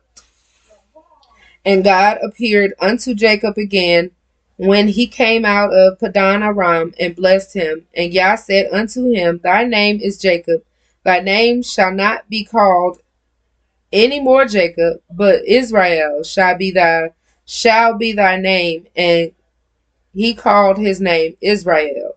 And Yah said unto him, I am Yah Almighty. Be fruitful and multiply. A nation and a company of nations shall be of thee, and kings shall come out of thy loins. And the land which I gave Abraham and Isaac to thee, I will give it, and to thy seed after thee will I give the land. And God went up from him in the place where he talked with him, And Jacob set up a pillar in the place where he talked with him, even a pillar of stone. He poured a drink offering thereon, and he poured oil thereon. And Jacob called the name of the place where God spake with him Bethel. And they journeyed from Bethel, and there was but a little way to come to Ephrath. And Rachel travailed, and she had hard labor. And it came to pass, when she was in labor, that the midwife said unto her, Fear not, thou shalt have this son also. And it came to pass, as her soul was in departing, for she died, that she called his name Benoni. But his father called him Benjamin. And Rachel died, and was buried in the way to Ephrath, which is Bethlehem. And Jacob set a pillar upon her grave, that is the pillar of Rachel's grave unto this day. See, she had to pass because she was sitting on that dang on picture a while back. But God blessed her with at least 2 sons before she left.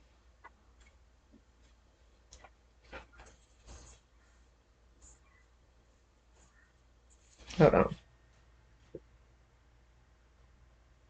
Okay, yeah, so. Yeah.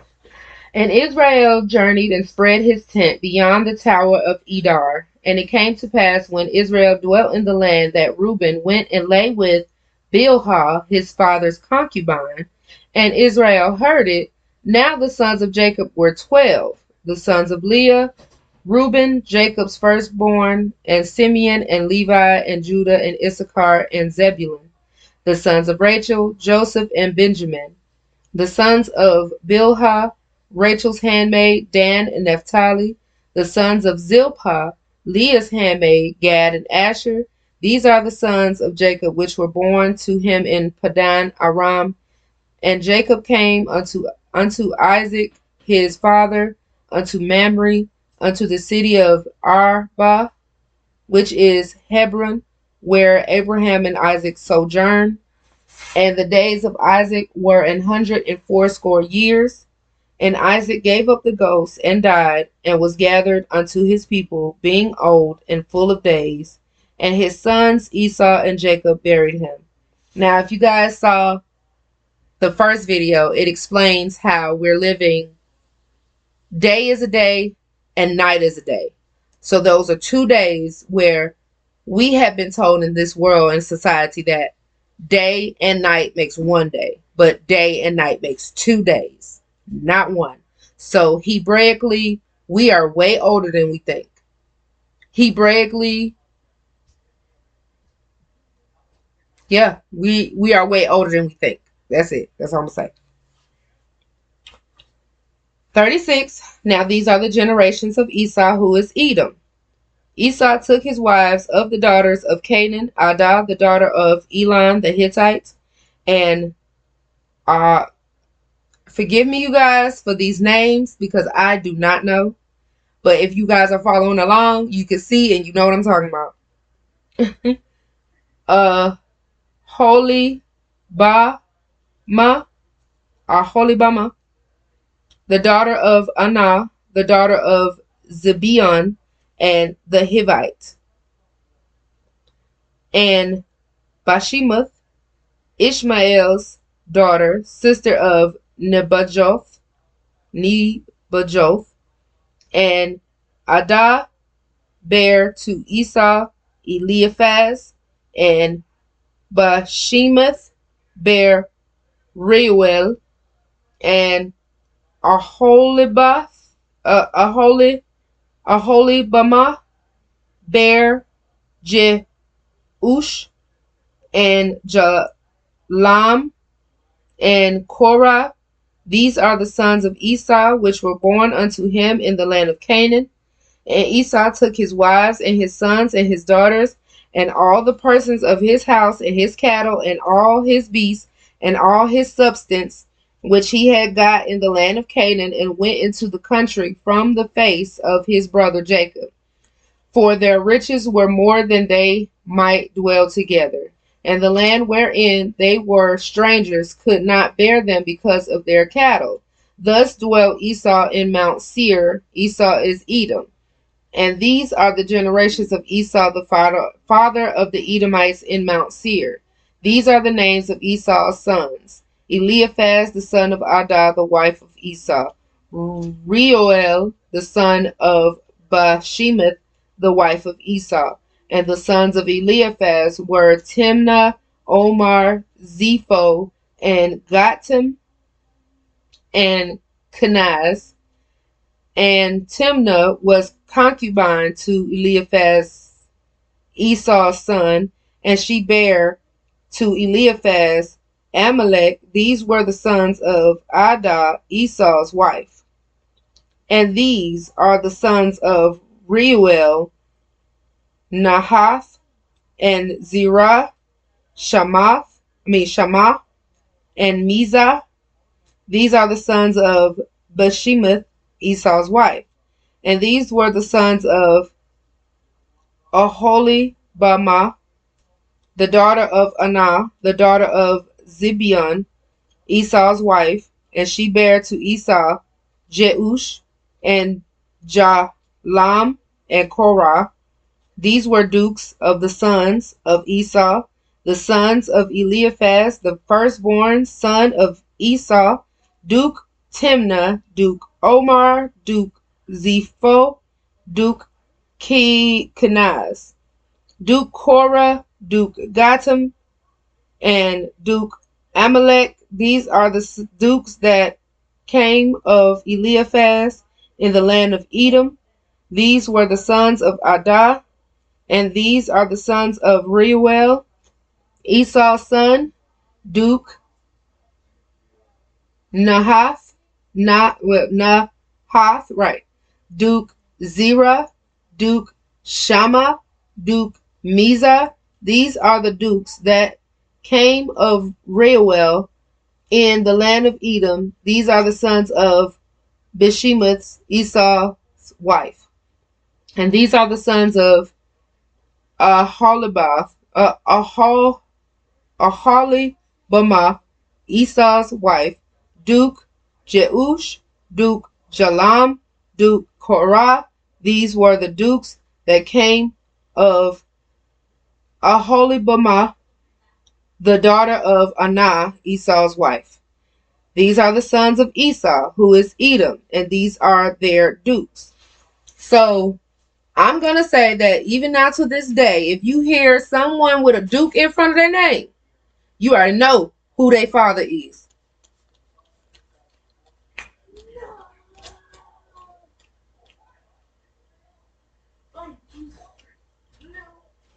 These are the sons of Seir, the Horite, who inhabited the land: Lotan, and Shobal, and Zibeon, and Anah, and Dishan, and Ezer, and Dishan,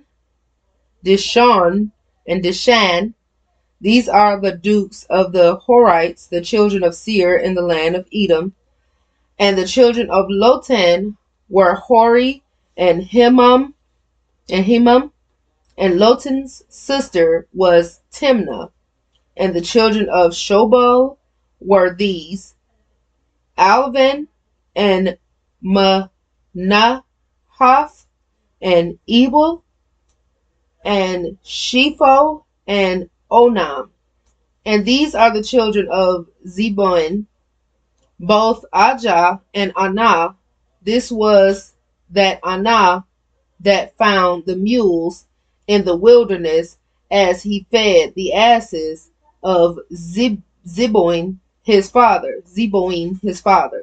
And the children of Anah were these: Dishan, and Aholibamah, the daughter of Anah. And these are the children of Dishan: Hemdan, and Eshban, and Ithran, and Chiran. The children of Ezer are these: Bilhan, and Zavan, and Akan. The children of Dishan are these, Uz and Aran. These are the dukes that came of the Horites, Duke Lothan, Duke Shobal, Duke Zibeon, Duke Anah, Duke Dishan, Duke Ezer, Duke Dishan, and Dishan. These are the dukes that came of Hori, or Horai, among their dukes in the land of Seir. And these are the kings that reigned in the land of Edom before there reigned any king over the children of Israel. And Bela, the son of Beor, reigned in Edom, and the name of his city was Ben-Haba. Ben-Haba.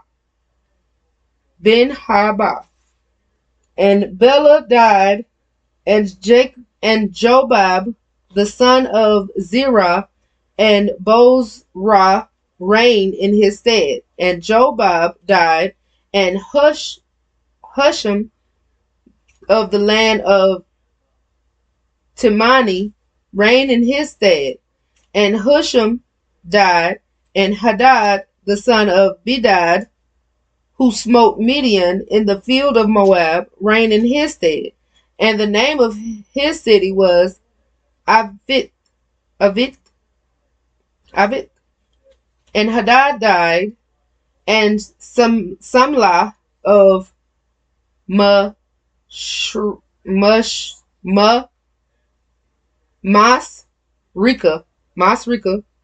reigned in his stead.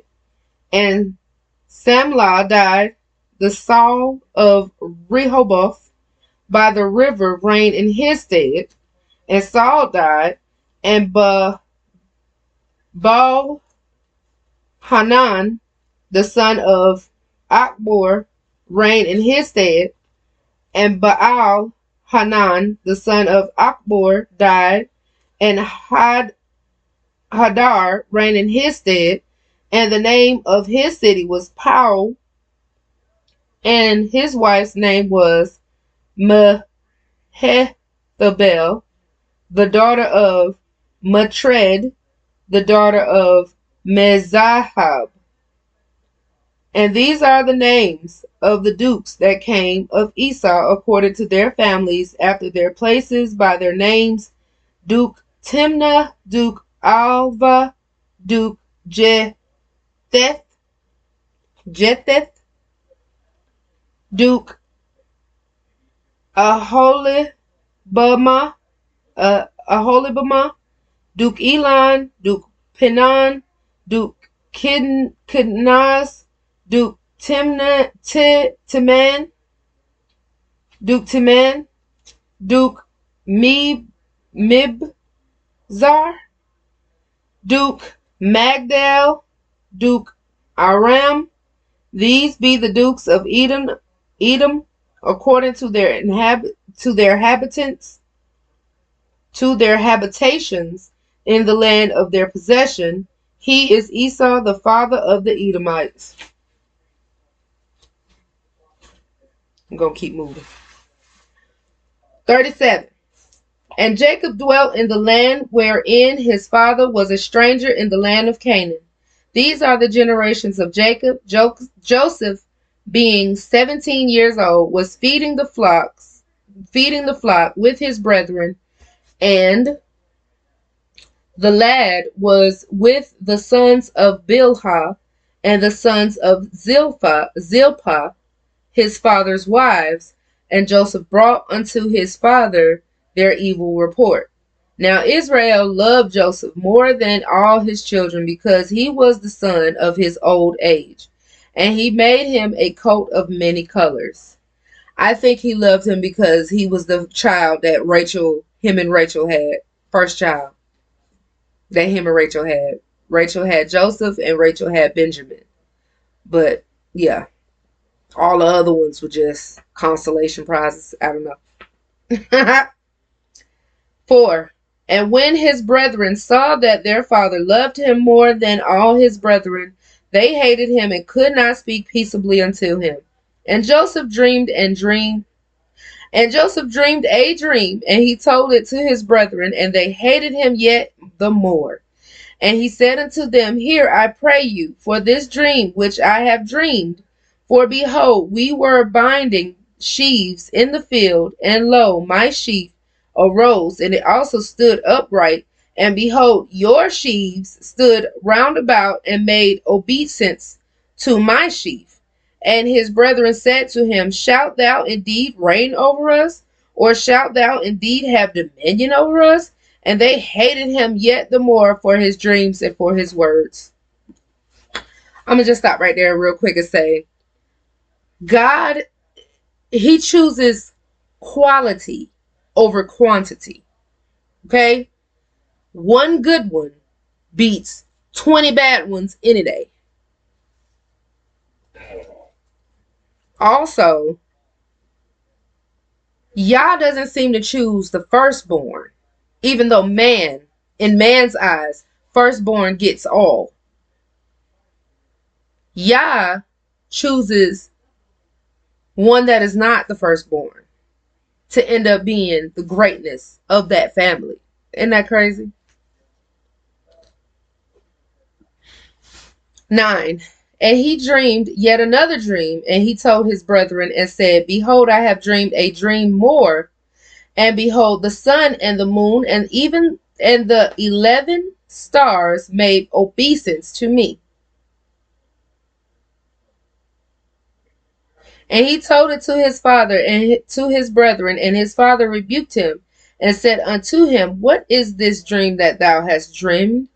Shall I and thy mother and thy brethren indeed come to bow down ourselves to thee to the earth?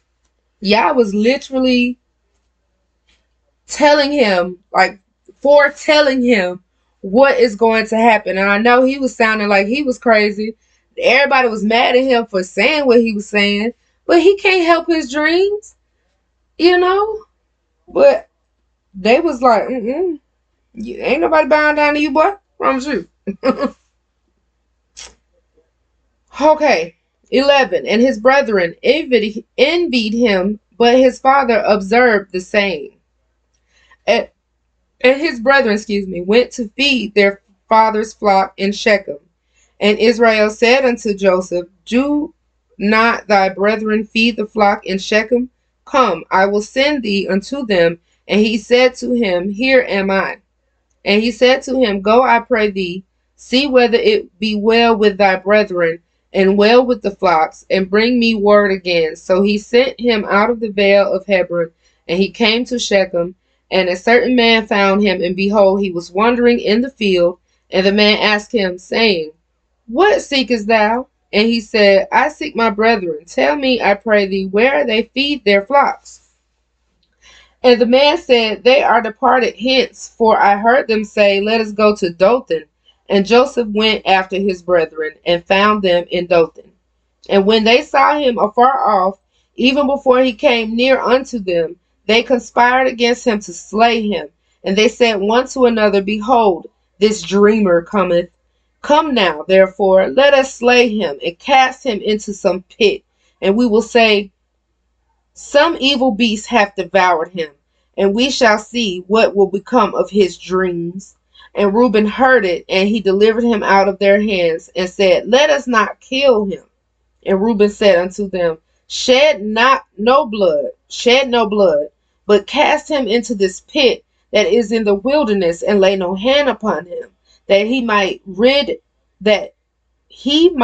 him out of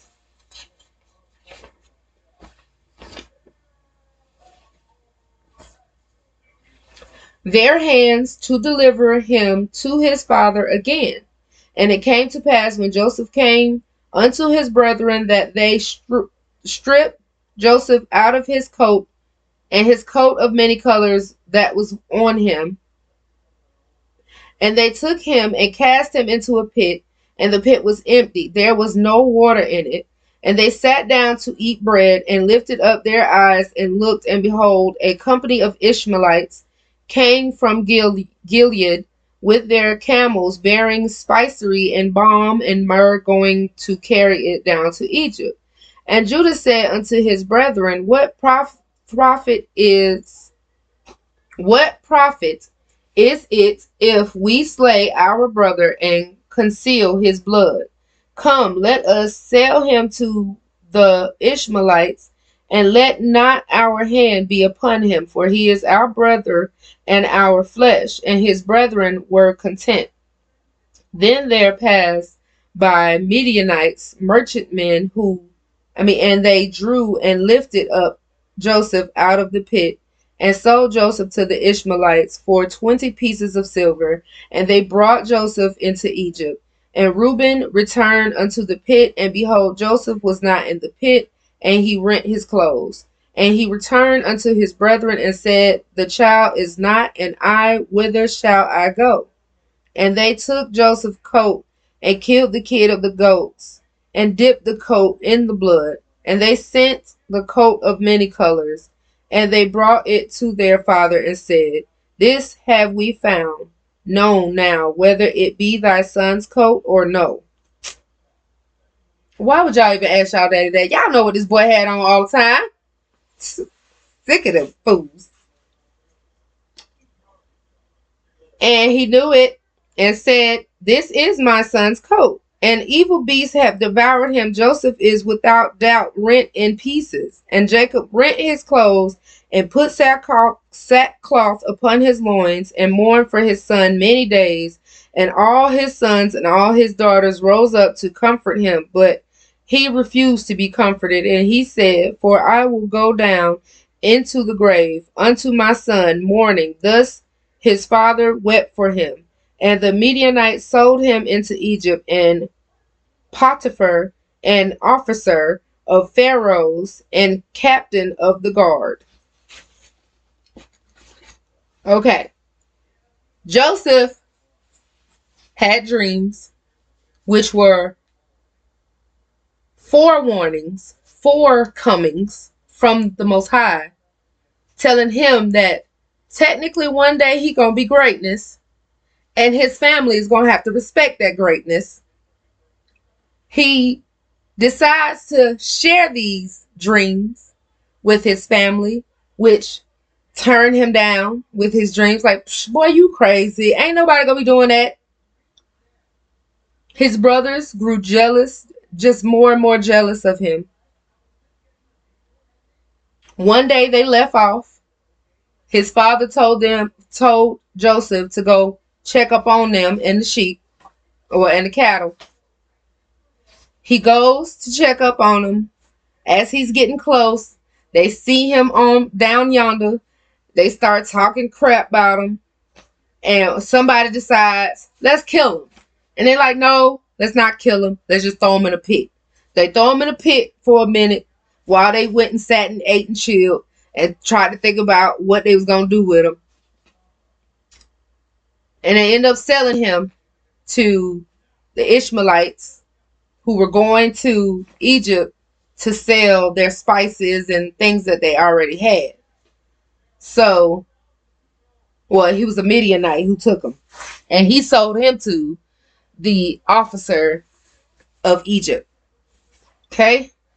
Now, like I said, the book of Adam and Eve, it really tells, like, they really should have kept that book in this book, because it explains a lot more in detail things that we should have known, but they took out only so that they can interpret the stories how they want it to be, and nobody can tell them different. Like, oh, ain't nobody gonna be able to tell you, no, that didn't happen like that. Why? Because they took that piece out of the book.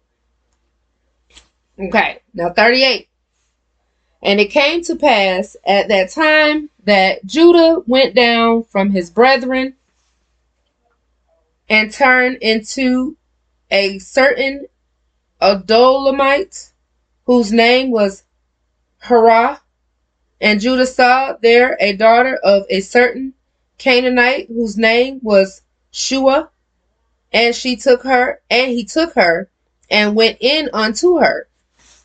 We just laying down real quick, like, ain't we? And she conceived and bare a son, and he called his name And she conceived again and bare a son, and she called his name Onan. And she yet again conceived and bare a son, and called his name Selah.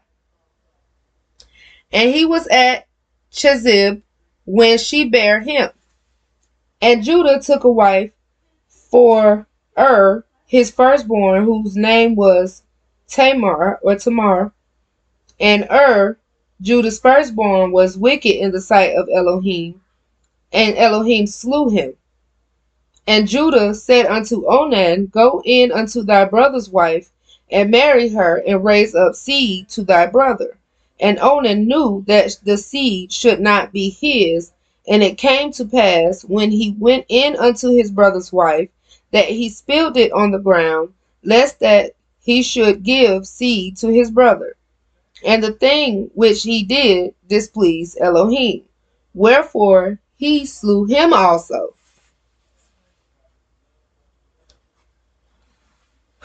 Judah had two sons. First of all, he was laying with a Canaanite woman.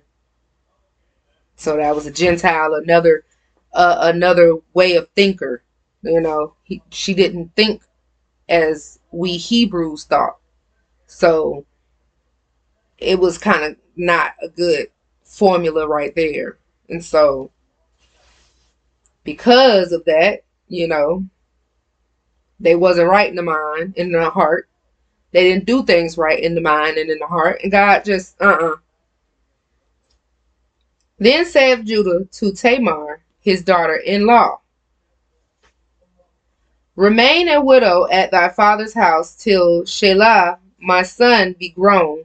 For he said, Lest peradventure he die also, and his brethren did. And Tamar went and dwelt in her father's house.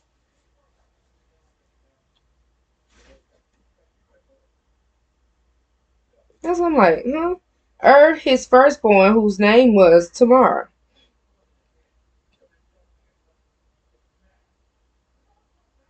Oh, yeah, her name was Tamar. Okay, good. I got you. And in process of time, the daughter of Shua, Judah's wife, died. Judah was comforted and went up unto his sheep shearers to Timnath, he and his friend Hurrah the Adulamite. And it was told Tamar, saying, Behold, thy father-in-law goeth up to Timnath to shear his sheep. And she put her widow's garment off from her, and covered her with a veil, and wrapped herself, and set in an open place which is by the way to Timnath. For she saw that Shelah was grown, and she was not given unto him to wife. When Judah saw her, he thought her to be an harlot, because she had covered her face. And he turned unto her by the way, and said, Go to, I pray thee, let me come in unto thee. For he knew not that she was his daughter-in-law. And she said, What wilt thou give me, that thou mayest come in unto me? And he said, I will send thee a kid from the flock. And she said, Wilt thou give me a pledge till thou send it? And he said, What pledge shall I give thee? And she said, Thy signet, and thy bracelets, and thy staff that is with thine hand in thine hand. And he gave it to her, and came in unto her, and she conceived by him. So he just wanted to have sex with a hoe? Or he thought she was a hoe? Don't you already got wives back home somewhere? You just like, oh, I'm just so horny. Please just let me come in unto thee, I pray thee. Okay? And so she like, well, if you gonna do that, what you gonna give me? He like, well, I'll give you some herds or some sheep or something. She like, I don't want that. Give me your bracelets. What did she say? We're here.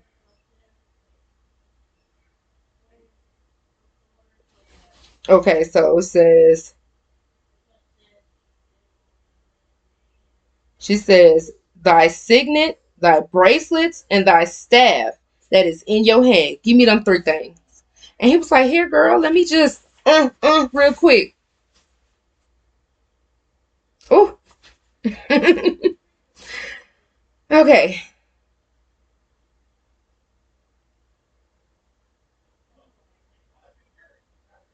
17. And he said, I will send thee a kid from the flock. And she said, wilt thou give me a pledge till thou send it? And he said, what pledge shall I give thee? And she said, thy signet, thy bracelets, and thy staff that is in thine hand. He gave it to her and came in unto her, and she conceived by him. And she rose and went away and laid by her veil from and laid by her veil from her, and put on the garment of her widowhood. And Judah sent the kid by the hand of his friend the Adulamite to receive his pledge from the woman's hand, but he found her not. Then he asked the men of that place, saying, where is the harlot that was openly by the wayside? And they said, there was no harlot in this place. And he returned to Judah and said, I cannot find her. And also the men of the place said that there was no harlot in this place. And Judah said, let her take it to her. Let her take it to her, lest we be shamed. Behold, I sent this kid, and thou hast not found her. And it came to pass about 3 months after that it was told Judah, saying, Tamar, thy daughter-in-law, hath played the harlot, and also, behold, she is with child by whoredom. And Judah said, bring her forth, and let her be burnt. When she was brought forth, she sent to her father-in-law, saying, by the man who these are, am I with child? And she said, discern, I pray thee, whose are these? The signet, the bracelets, and the staff. And Judah acknowledged them, and said, she hath been more righteous than I, because that I gave her not to Selah my son, I knew her again no more. And he knew her again no more. And it came to pass in the time of her travail that, behold, twins were in her womb. And it came to pass when she travailed that the one put out his hand, and the midwife took and bound upon his hand the scarlet thread, saying, this came out first. And it came to pass as he drew back his hand. All of this is happening in her vagina, y'all. And it came to pass as he drove back his hand that, behold, his brother came out. And she said, how hast thou broken forth? This breach be upon thee. Therefore his name was called Pharez. And afterward came out his brother that had the scarlet thread upon his hand, and his name was called Zerah. 39. And Joseph was brought down to Egypt, and Potiphar, an officer of Pharaoh, captain of the guard, an Egyptian, brought him of the hands of the Ishmaelites, which had brought him down thither. And Elohim was with Joseph, and he was as a prosperous man, and he was in the house of his master the Egyptian. And his master saw that Elohim was with him, and that Yah made all that he did to prosper in his hand. And Joseph found grace in his sight, and he served him, and he made him overseer over his house, and all that he had he put into his hand. And it came to pass from the time that he had made him overseer in his house, and over all that he had, that the Most High blessed the Egyptian's house for Joseph's sake.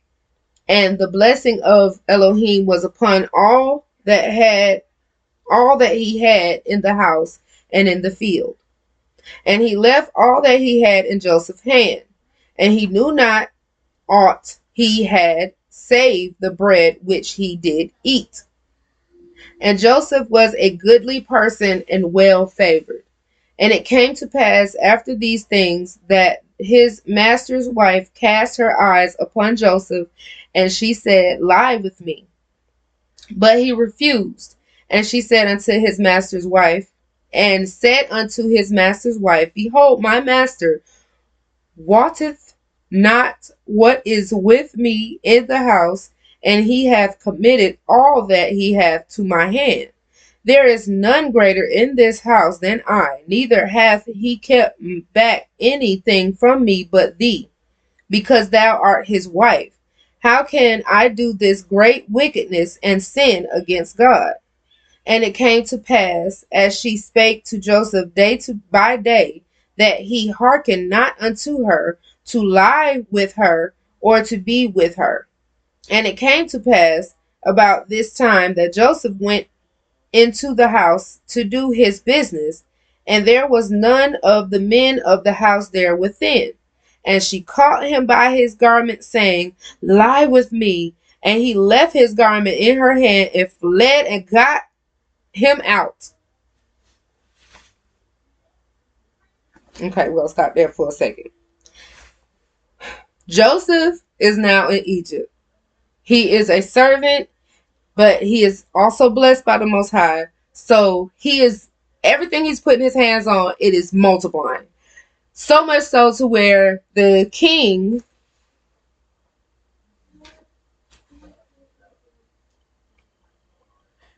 or the pharaoh, the king, whoever, the king, the pharaoh is, he just made him technically like the third in command, like his third right hand man type of thing, because was second right hand man, because Potiphar, that officer, and then it's him, Joseph. So 13, and now the pharaoh or king's wife is trying to seduce and tempt Joseph to lay down with her. That's a sexual demon, so that he can lose his greatness that Yah has for him. And if he wasn't paying attention, he would have laid with her, and then he would have probably had to die. And then everything that Yah had for him would have been brought to naught, because he didn't do right. He wasn't quick enough to slow down to catch up to the trickery of Satan. Because the devil, but Yah, is in the details. So your blessings or your lessons are in the details of what you're doing. All right.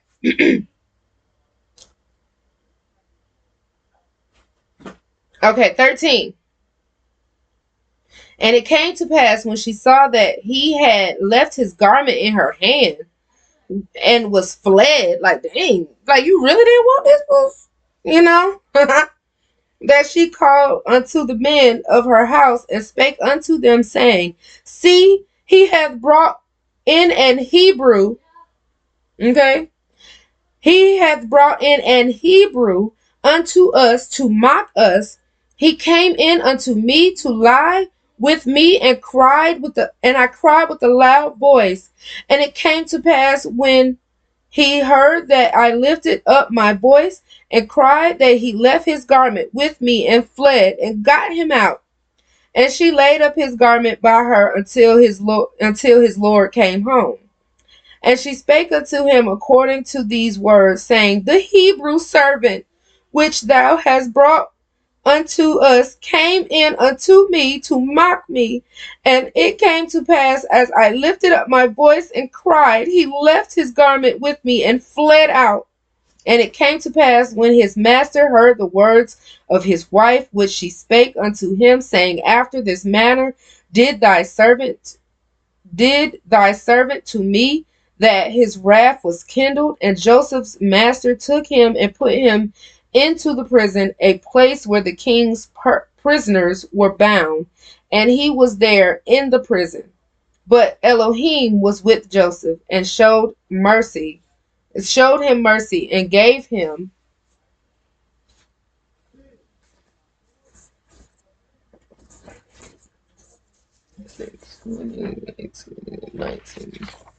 I'm trying to keep my pages together, y'all.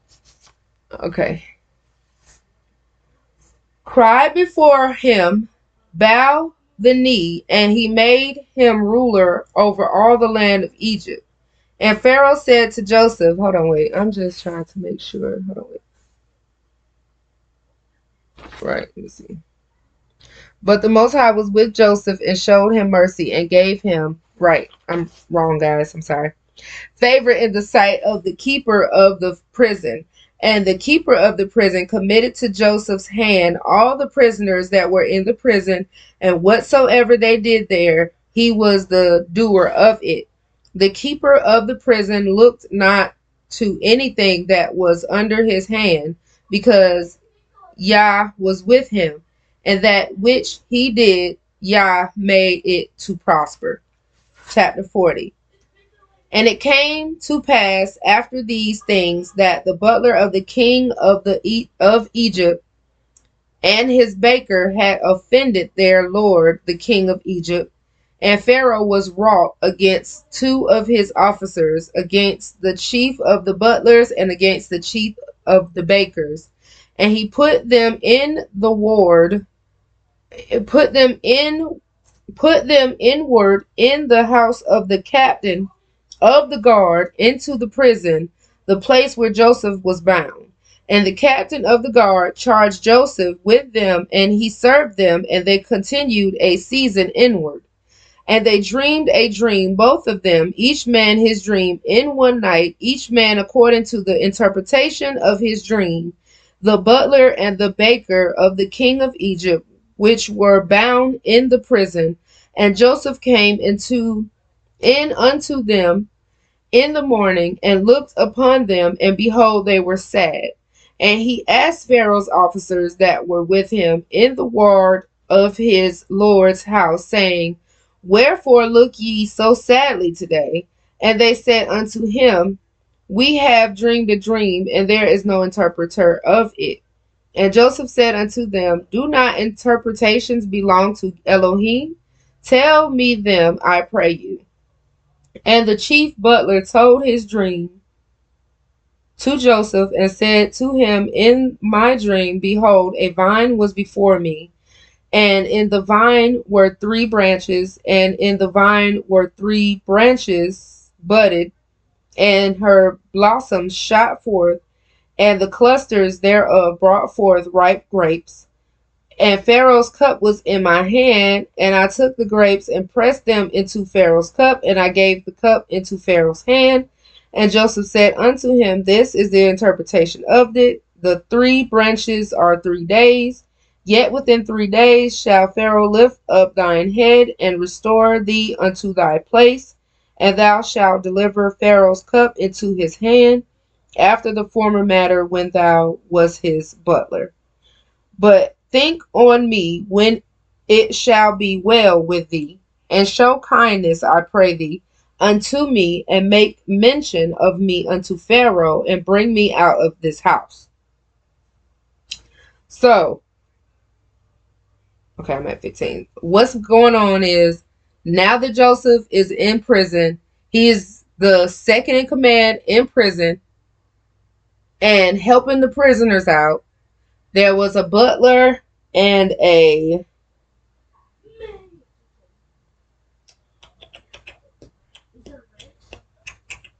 baker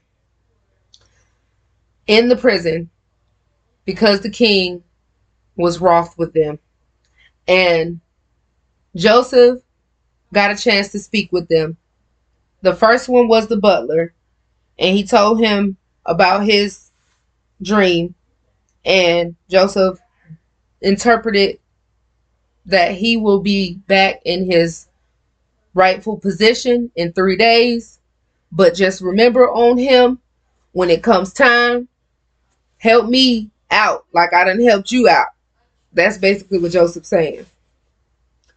15. For indeed I was stolen away out of the land of the Hebrews. Hebrew he is. Hebrew. And here also have I done nothing that they should put me into this dungeon. When the chief baker saw that the interpretation was good, he said unto Joseph, I also was in my dream, and behold, I had 3 white baskets on my head. And the uppermost basket there was of all manner of baked meats for Pharaoh, and the birds did eat them out of the basket upon my head. And Joseph answered and said, This is the interpretation thereof. The 3 baskets are 3 days. Yet within 3 days shall Pharaoh lift up thy head from off thee, and shall hang thee on a tree, and the birds shall eat thy flesh from off thee. And it came to pass the 3rd day, which was Pharaoh's birthday, that he made a feast unto all his servants, and he lifted up the head of the chief butler and of the chief baker among his servants, and he restored the chief butler unto his butlership again, and he gave the cup into Pharaoh's hand. But he hanged the chief baker as Joseph had interpreted to them. Yet did not the chief butler remember Joseph, but forgat him.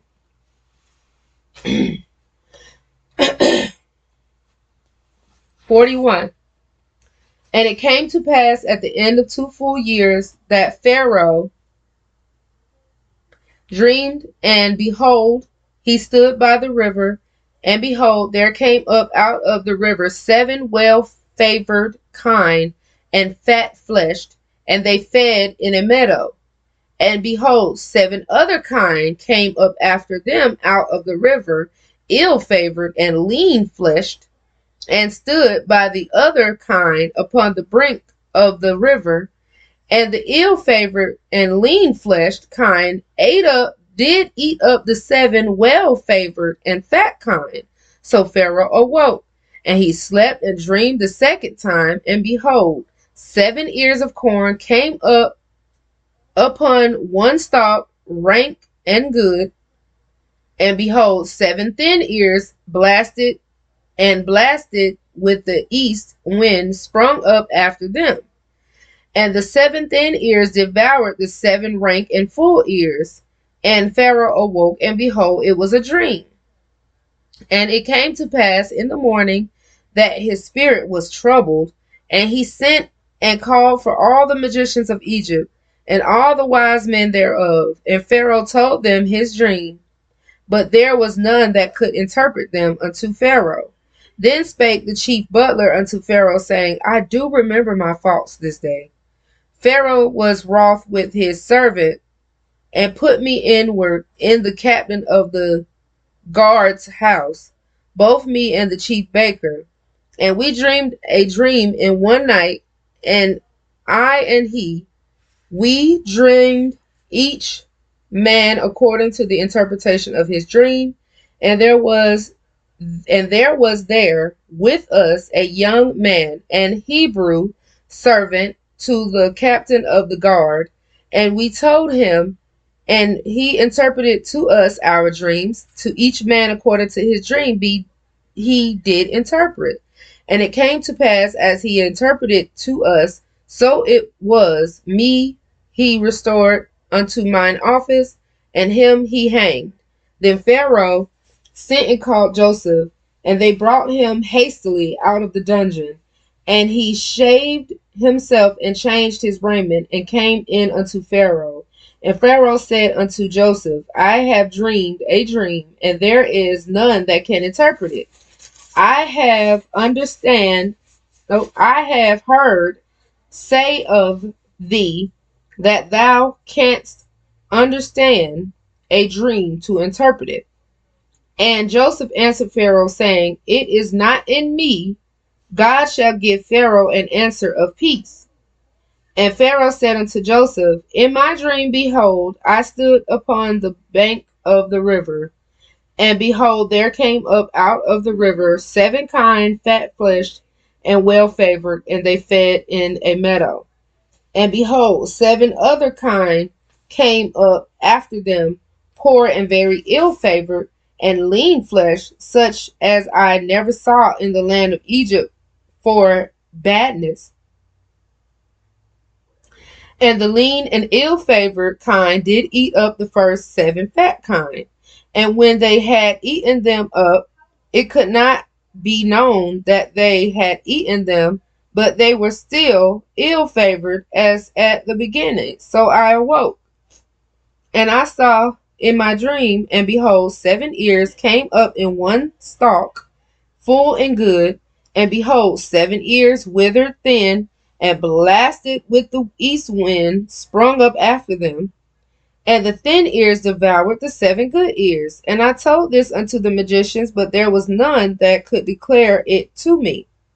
And Joseph said unto Pharaoh, the dream of Pharaoh is one. Yah hath showed Pharaoh that he is about what he is about to do. The 7 good kine are 7 years, and the 7 good ears are 7 years. The dream is one.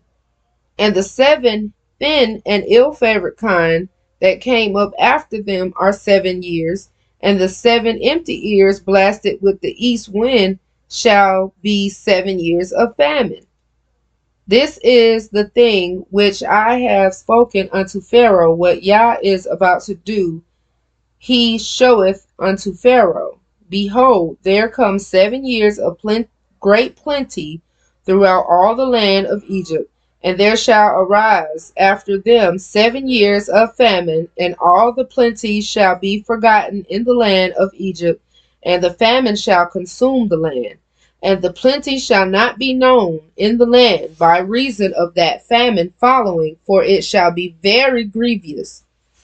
For that the dream was doubled unto Pharaoh twice, it is because the thing is established by Yah, and Yah will shortly bring it to pass.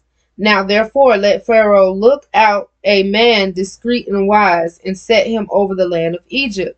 Let Pharaoh do this, and let him appoint officers over the land, and take up the 5th part of the land of Egypt in the 7 plenteous years.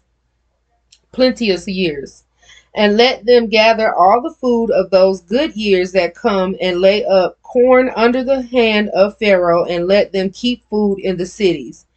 And that food shall be for store to the land against the 7 years of famine, which shall be in the land of Egypt, that the land perish not through the famine. And the thing was good in the eyes of Pharaoh, and in the eyes of all his servants. And Pharaoh said unto his servants, can we find such a one as this is, a man with whom the spirit of Yah is? And Pharaoh said unto Joseph, forasmuch as Yah hath showed thee all this, there is none so discreet and wise as thou art. Thou shalt be over my house, and according unto thy word shall all my people be ruled. Only in the throne will I be greater than thou. And Pharaoh said unto Joseph, see, I have set thee over all the land of Egypt. And Pharaoh took off his ring from his hand, and put it upon Joseph's hand, and arrayed him in vestures of fine linen, and put a gold chain about his neck. And he made him to ride in the 2nd chariot which he had. And they, 22, boom, cried before him, bowed the knee, and he made him ruler over all the land of Egypt. So he went from being a servant in prison. Well, technically he was sold into slavery. He was bought into Egypt, bought and brought into Egypt. He became a servant of Pharaoh. He blessed Pharaoh's house because he was there.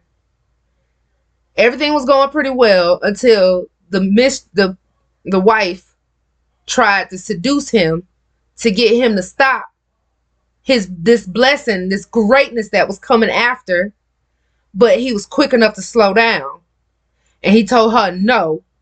But she still was able to lie on him, which was still used for good, because he was in a position where he was able to speak to the 2 men to interpret their dreams from Yah. And one of those men got free and back in his same position in order to remember that he was an interpreter now that the king's dream needs to be interpreted. He went from the bottom of the bottom to second in command. Okay? That's greatness. That's greatness. Okay. And Pharaoh said unto Joseph, I am Pharaoh, and without thee shall no man lift up his hand or foot in all the land of Egypt. And Pharaoh called Joseph's name Zephnath Paneah. Zaphnath Paneah. And he gave him to wife Asenath, the daughter of Potiphar, the priest of On, Potipharah, priest of On. And Joseph went out over all the land of Egypt. And Joseph was 30 years old when he stood Brachtaha before Pharaoh, king of Egypt. And Joseph went out from the presence of Pharaoh and went throughout all of the land of Egypt. I just told my daughter, bless you in Hebrew. I said Barakataha, that's bless you in Hebrew. Throughout all the land of Egypt. And in the 7 plenteous years, the earth brought forth by handfuls. And he gathered up all the food of the 7 years which were in the land of Egypt, and laid up the food in the cities, the food of the field, which was round about every city, laid he up in the same. And Joseph gathered corn as the sand of the seas, very much he left until he left numbering, for it was without number. And unto Joseph were born 2 sons before the years of famine came, which Asenath, the daughter of Potipharah, priest of On, bare unto him. And Joseph called the name of the firstborn Manasseh, for Yah, said he, hath made me forget all my toil and all my father's house. And the name of the second called he Ephraim, for Yah hath caused me to be fruitful in the land of my affliction. And the 7 years of plenteousness that was in the land of Egypt were ended, and the 7 years of dearth began to come, according as Joseph had said. And the dearth was in all lands, but in all the land of Egypt there was bread. And when all the land of Egypt was famished, the people cried to Pharaoh for bread. And Pharaoh said unto all the Egyptians, Go unto Joseph, what he saith to you do. And the famine was over all the face of the earth. And Joseph opened all the storehouses and sold unto the Egyptians, and famine waxed sore in the land of Egypt. And all countries came into Egypt to Joseph for to buy corn, because that the famine was so sore in all the lands. So because of Joseph, they were able to not go hungry. Like countries full of people were able to not go hungry because of Joseph. 42. Now when Jacob saw that there was corn in Egypt, Jacob said unto his sons, Why do ye look one upon another? He said, Behold, I have heard that there is corn in Egypt. Get you down thither and buy for us from thence, that we may live and not die. Like, take your behinds to Egypt and go get some dang on bread and some corn and all that good stuff. And Joseph's 10 brethren went down to buy corn in Egypt. But Benjamin, Joseph's brother, Jacob sent not with his brethren, for he said, Lest peradventure mischief befall him. And the sons of Israel came to buy corn among those that came, for the famine was in the land of Canaan. And Joseph was the governor over the land, and it was that sold to all the people of the land. And Joseph's brethren came and bowed down themselves before him with their faces to the earth, like his dreams in the beginning when he was younger. Mind you now, he was 17 when that happened. 30 now he is as the head. 17, it started. 30, it began the greatness. That's a long time. So when Yah works with you, Yah works with you on his time, and it takes as long as he wants it to. I know. And Joseph saw his brethren, and he knew them, but made himself strange unto them, and spake roughly unto them. And he said unto them, Whence come ye? And they said, From the land of Canaan, to buy food. And Joseph knew his brethren, but they knew not him, because he looked different. He was a young 17-year-old cat when they did that. Now he a 30-year-old grown man. Okay? But he know what they look like. He remembered. And Joseph remembered the dreams which he had dreamed of them, and said unto them, Ye are spies. To see the nakedness of the land ye are come. And they said unto him, Nay, my lord, but to buy food are thy servants come. We are all one man's sons. We are true men. Thy servants are no spies. And he said unto them, Nay, but to see the nakedness of the land ye are come. And they said, Thy servants are 12 brethren, the sons of one man in the land of Canaan, and behold, the youngest is this day with our father, and one is not. And Joseph said unto them, That is it that I spake unto you, saying, Ye are spies. Hereby ye shall be proved by the life of Pharaoh. Ye shall not go forth hence, except your youngest brother come hither. Send one of you, and let him fetch your brother, and ye shall be kept in prison, that your words may be proved, whether there be any truth in you, or else by the life of Pharaoh surely ye are spies.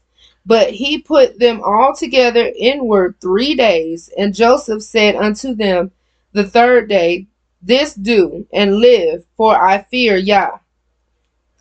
If ye be true men, let one of your brethren be bound in the house of your prison. Go ye, carry corn for the famine of your houses, but bring your youngest brother unto me, so shall your words be verified, and ye shall not die. And they did so. And they said one to another, We are very guilty concerning our brother, in that we saw the anguish of his soul when he besought us, and we would not hear. Therefore this distress come upon us. So they were feeling like this was the get back from a long time ago when they did wrong to Joseph, and he cried and he whined and wailed and was like, Please, y'all, just come on, man. And they just did all that bad stuff to him. Put him in that hole, took his coat, sold him, and then lied and told their daddy that he was dead. And Reuben answered them, saying, Spake I not unto you, saying, Do not sin against the child? And ye would not hear. Therefore, behold, also his blood is required. And they knew not that Joseph understood them, for he spake unto them by an interpreter. And he turned himself about from them and wept, and returned to them again, and communed with them, and took from them Simeon, and bound him before their eyes. Then Joseph, we're going to stop right there. Joseph is hurt. He's hurt. He's mad as a hornet because of what they did to him so long ago. But Yah has worked on him so hard that it's hard for him to he has the power to do to them the same crap that they did to him. But that's not godly. That's not what God wanted. That's not what God put him up there for.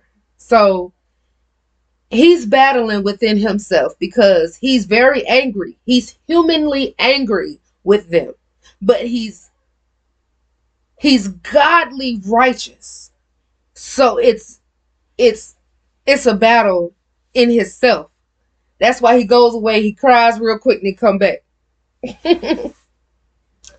Then Joseph commanded to fill their sacks with corn, and to restore every man's money into his sack, and to give them provision for the way. And thus did he unto them. And they laded their asses with the corn, and departed thence. And as one of them opened his sack to give his ass provender in the inn, he espied his money, for behold, it was in his sack's mouth. And he said unto his brethren, my money is restored, and lo, it is even in my sack. And their heart failed them, and they were afraid, saying one to another, what is this that God hath done unto us? And they came unto Jacob their father unto the land of Canaan, and told him all that befell unto them, saying, the man who is the Lord of the land spake roughly to us, and took us for spies of the country. The man who is the Lord of the land, y'all brother, and you don't even know it. It's crazy. Spake roughly to us, and took us for spies of the country. And we said unto him, we are true men, we are no spies. We be 12 brethren, sons of our father. One is not, and the youngest is this day with our father in the land of Canaan. And the man, the Lord of the country, said unto us, hereby shall I know that ye are true men, leaving one of your brethren here with me, take food for the famine of your households, and be gone. And bring your youngest brother unto me. Then shall I know that ye are no spies, but that ye are true men. So will I deliver your brother, and ye shall traffic in the land. And it came to pass, as they emptied their sacks, that behold, every man's bundle of money was in his sack. And when both they and their father saw the bundles of money, they were afraid. And Jacob their father said unto them, me have ye bereaved of my children? Joseph is not, and Simeon is not, and ye will take Benjamin away? All these things are against me.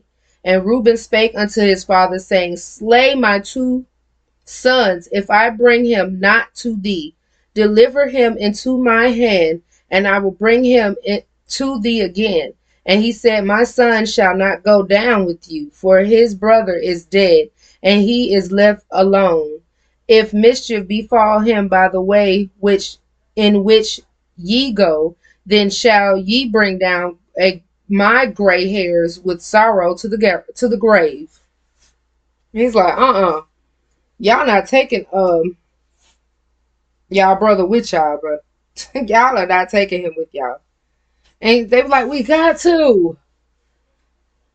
One still in jail. We still got monies that we know we gave this man. This man has been mean to us. We don't know what to do, daddy.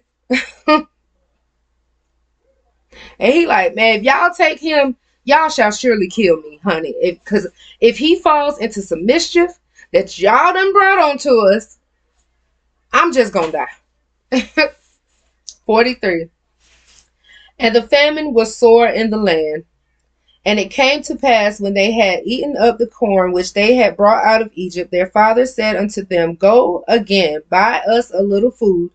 And Judah spake unto him, saying, the man did solemnly protest unto us, saying, ye shall not see my face, except your brother be with you.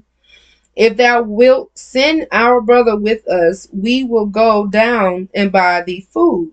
But if thou wilt not send him, we will not go down. For the man said unto us, ye shall not see my face, except your brother be with you. And Israel said, wherefore dealt ye so ill with me, as to tell the man whether ye had yet a brother? And they said, the man asked us straightly of our state and of our kindred, saying, is your father yet alive? Have ye another brother? And we told him according to the tenor of these words. Could we certainly know that he would say, bring your brother down? And Judah said unto Israel his father, send the lad with me, and we will arise and go, that we may live and not die, both we and thou, and also our little ones. I will be surety for him. Of my hand shalt thou require him. If I bring him not unto thee, and set him before thee, then let me bear the blame forever. For except we had lingered, surely now we had returned the second time.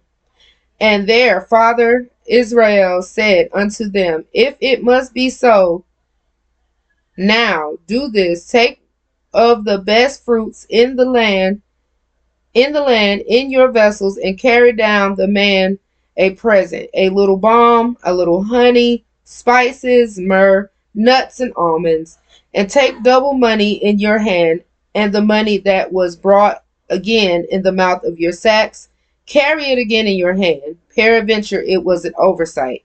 Take also your brother, and arise, go again unto the man. And Yah Almighty give you mercy before the man, that he may send away your other brother and Benjamin. If I be bereaved of my children, I am bereaved. And the men took that present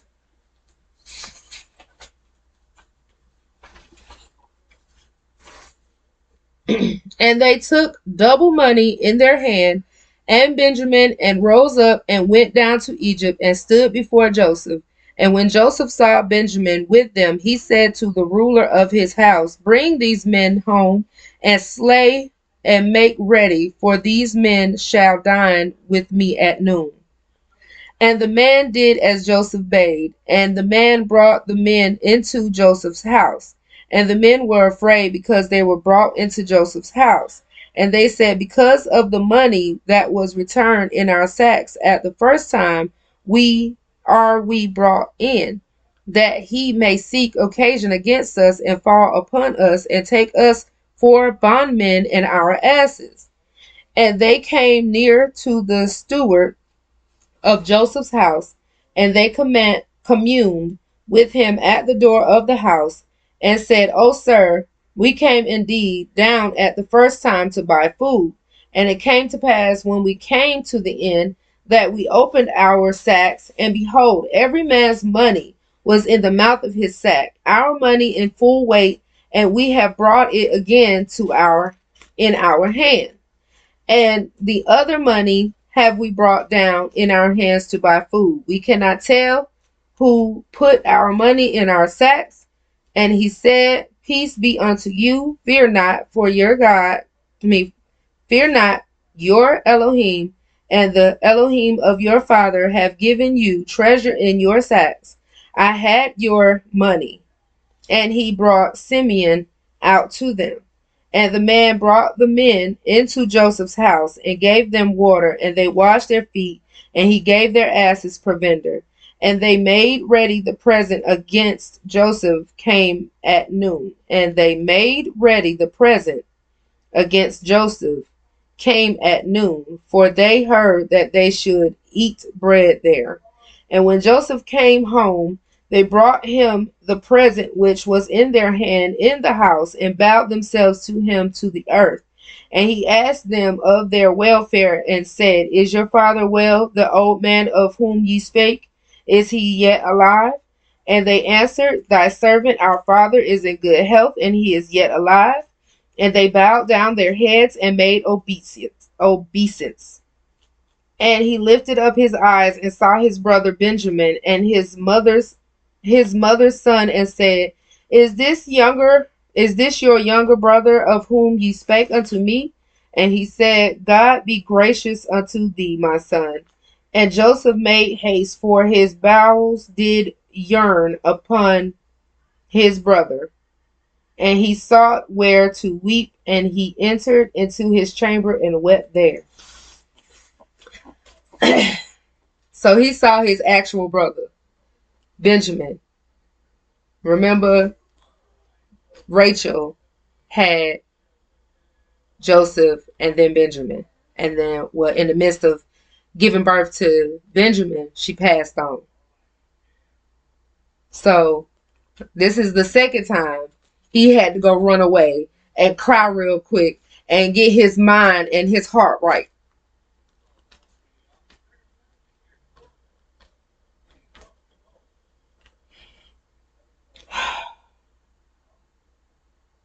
"31. And he washed his face and went out and refrained himself and said, Set on bread. And they set on for him by himself, and for them by themselves, and for the Egyptians which did eat with him by themselves, because the Egyptians might not eat bread with the Hebrews, for that is an abomination unto the Egyptians." Wow. Okay. Egyptians and Hebrews. The Egyptians knew not to mess with them Hebrews, and them Hebrews knew not to mess with them Egyptians. And they set before him the firstborn according to his birthright, and the youngest according to his youth. And the men marveled one at another.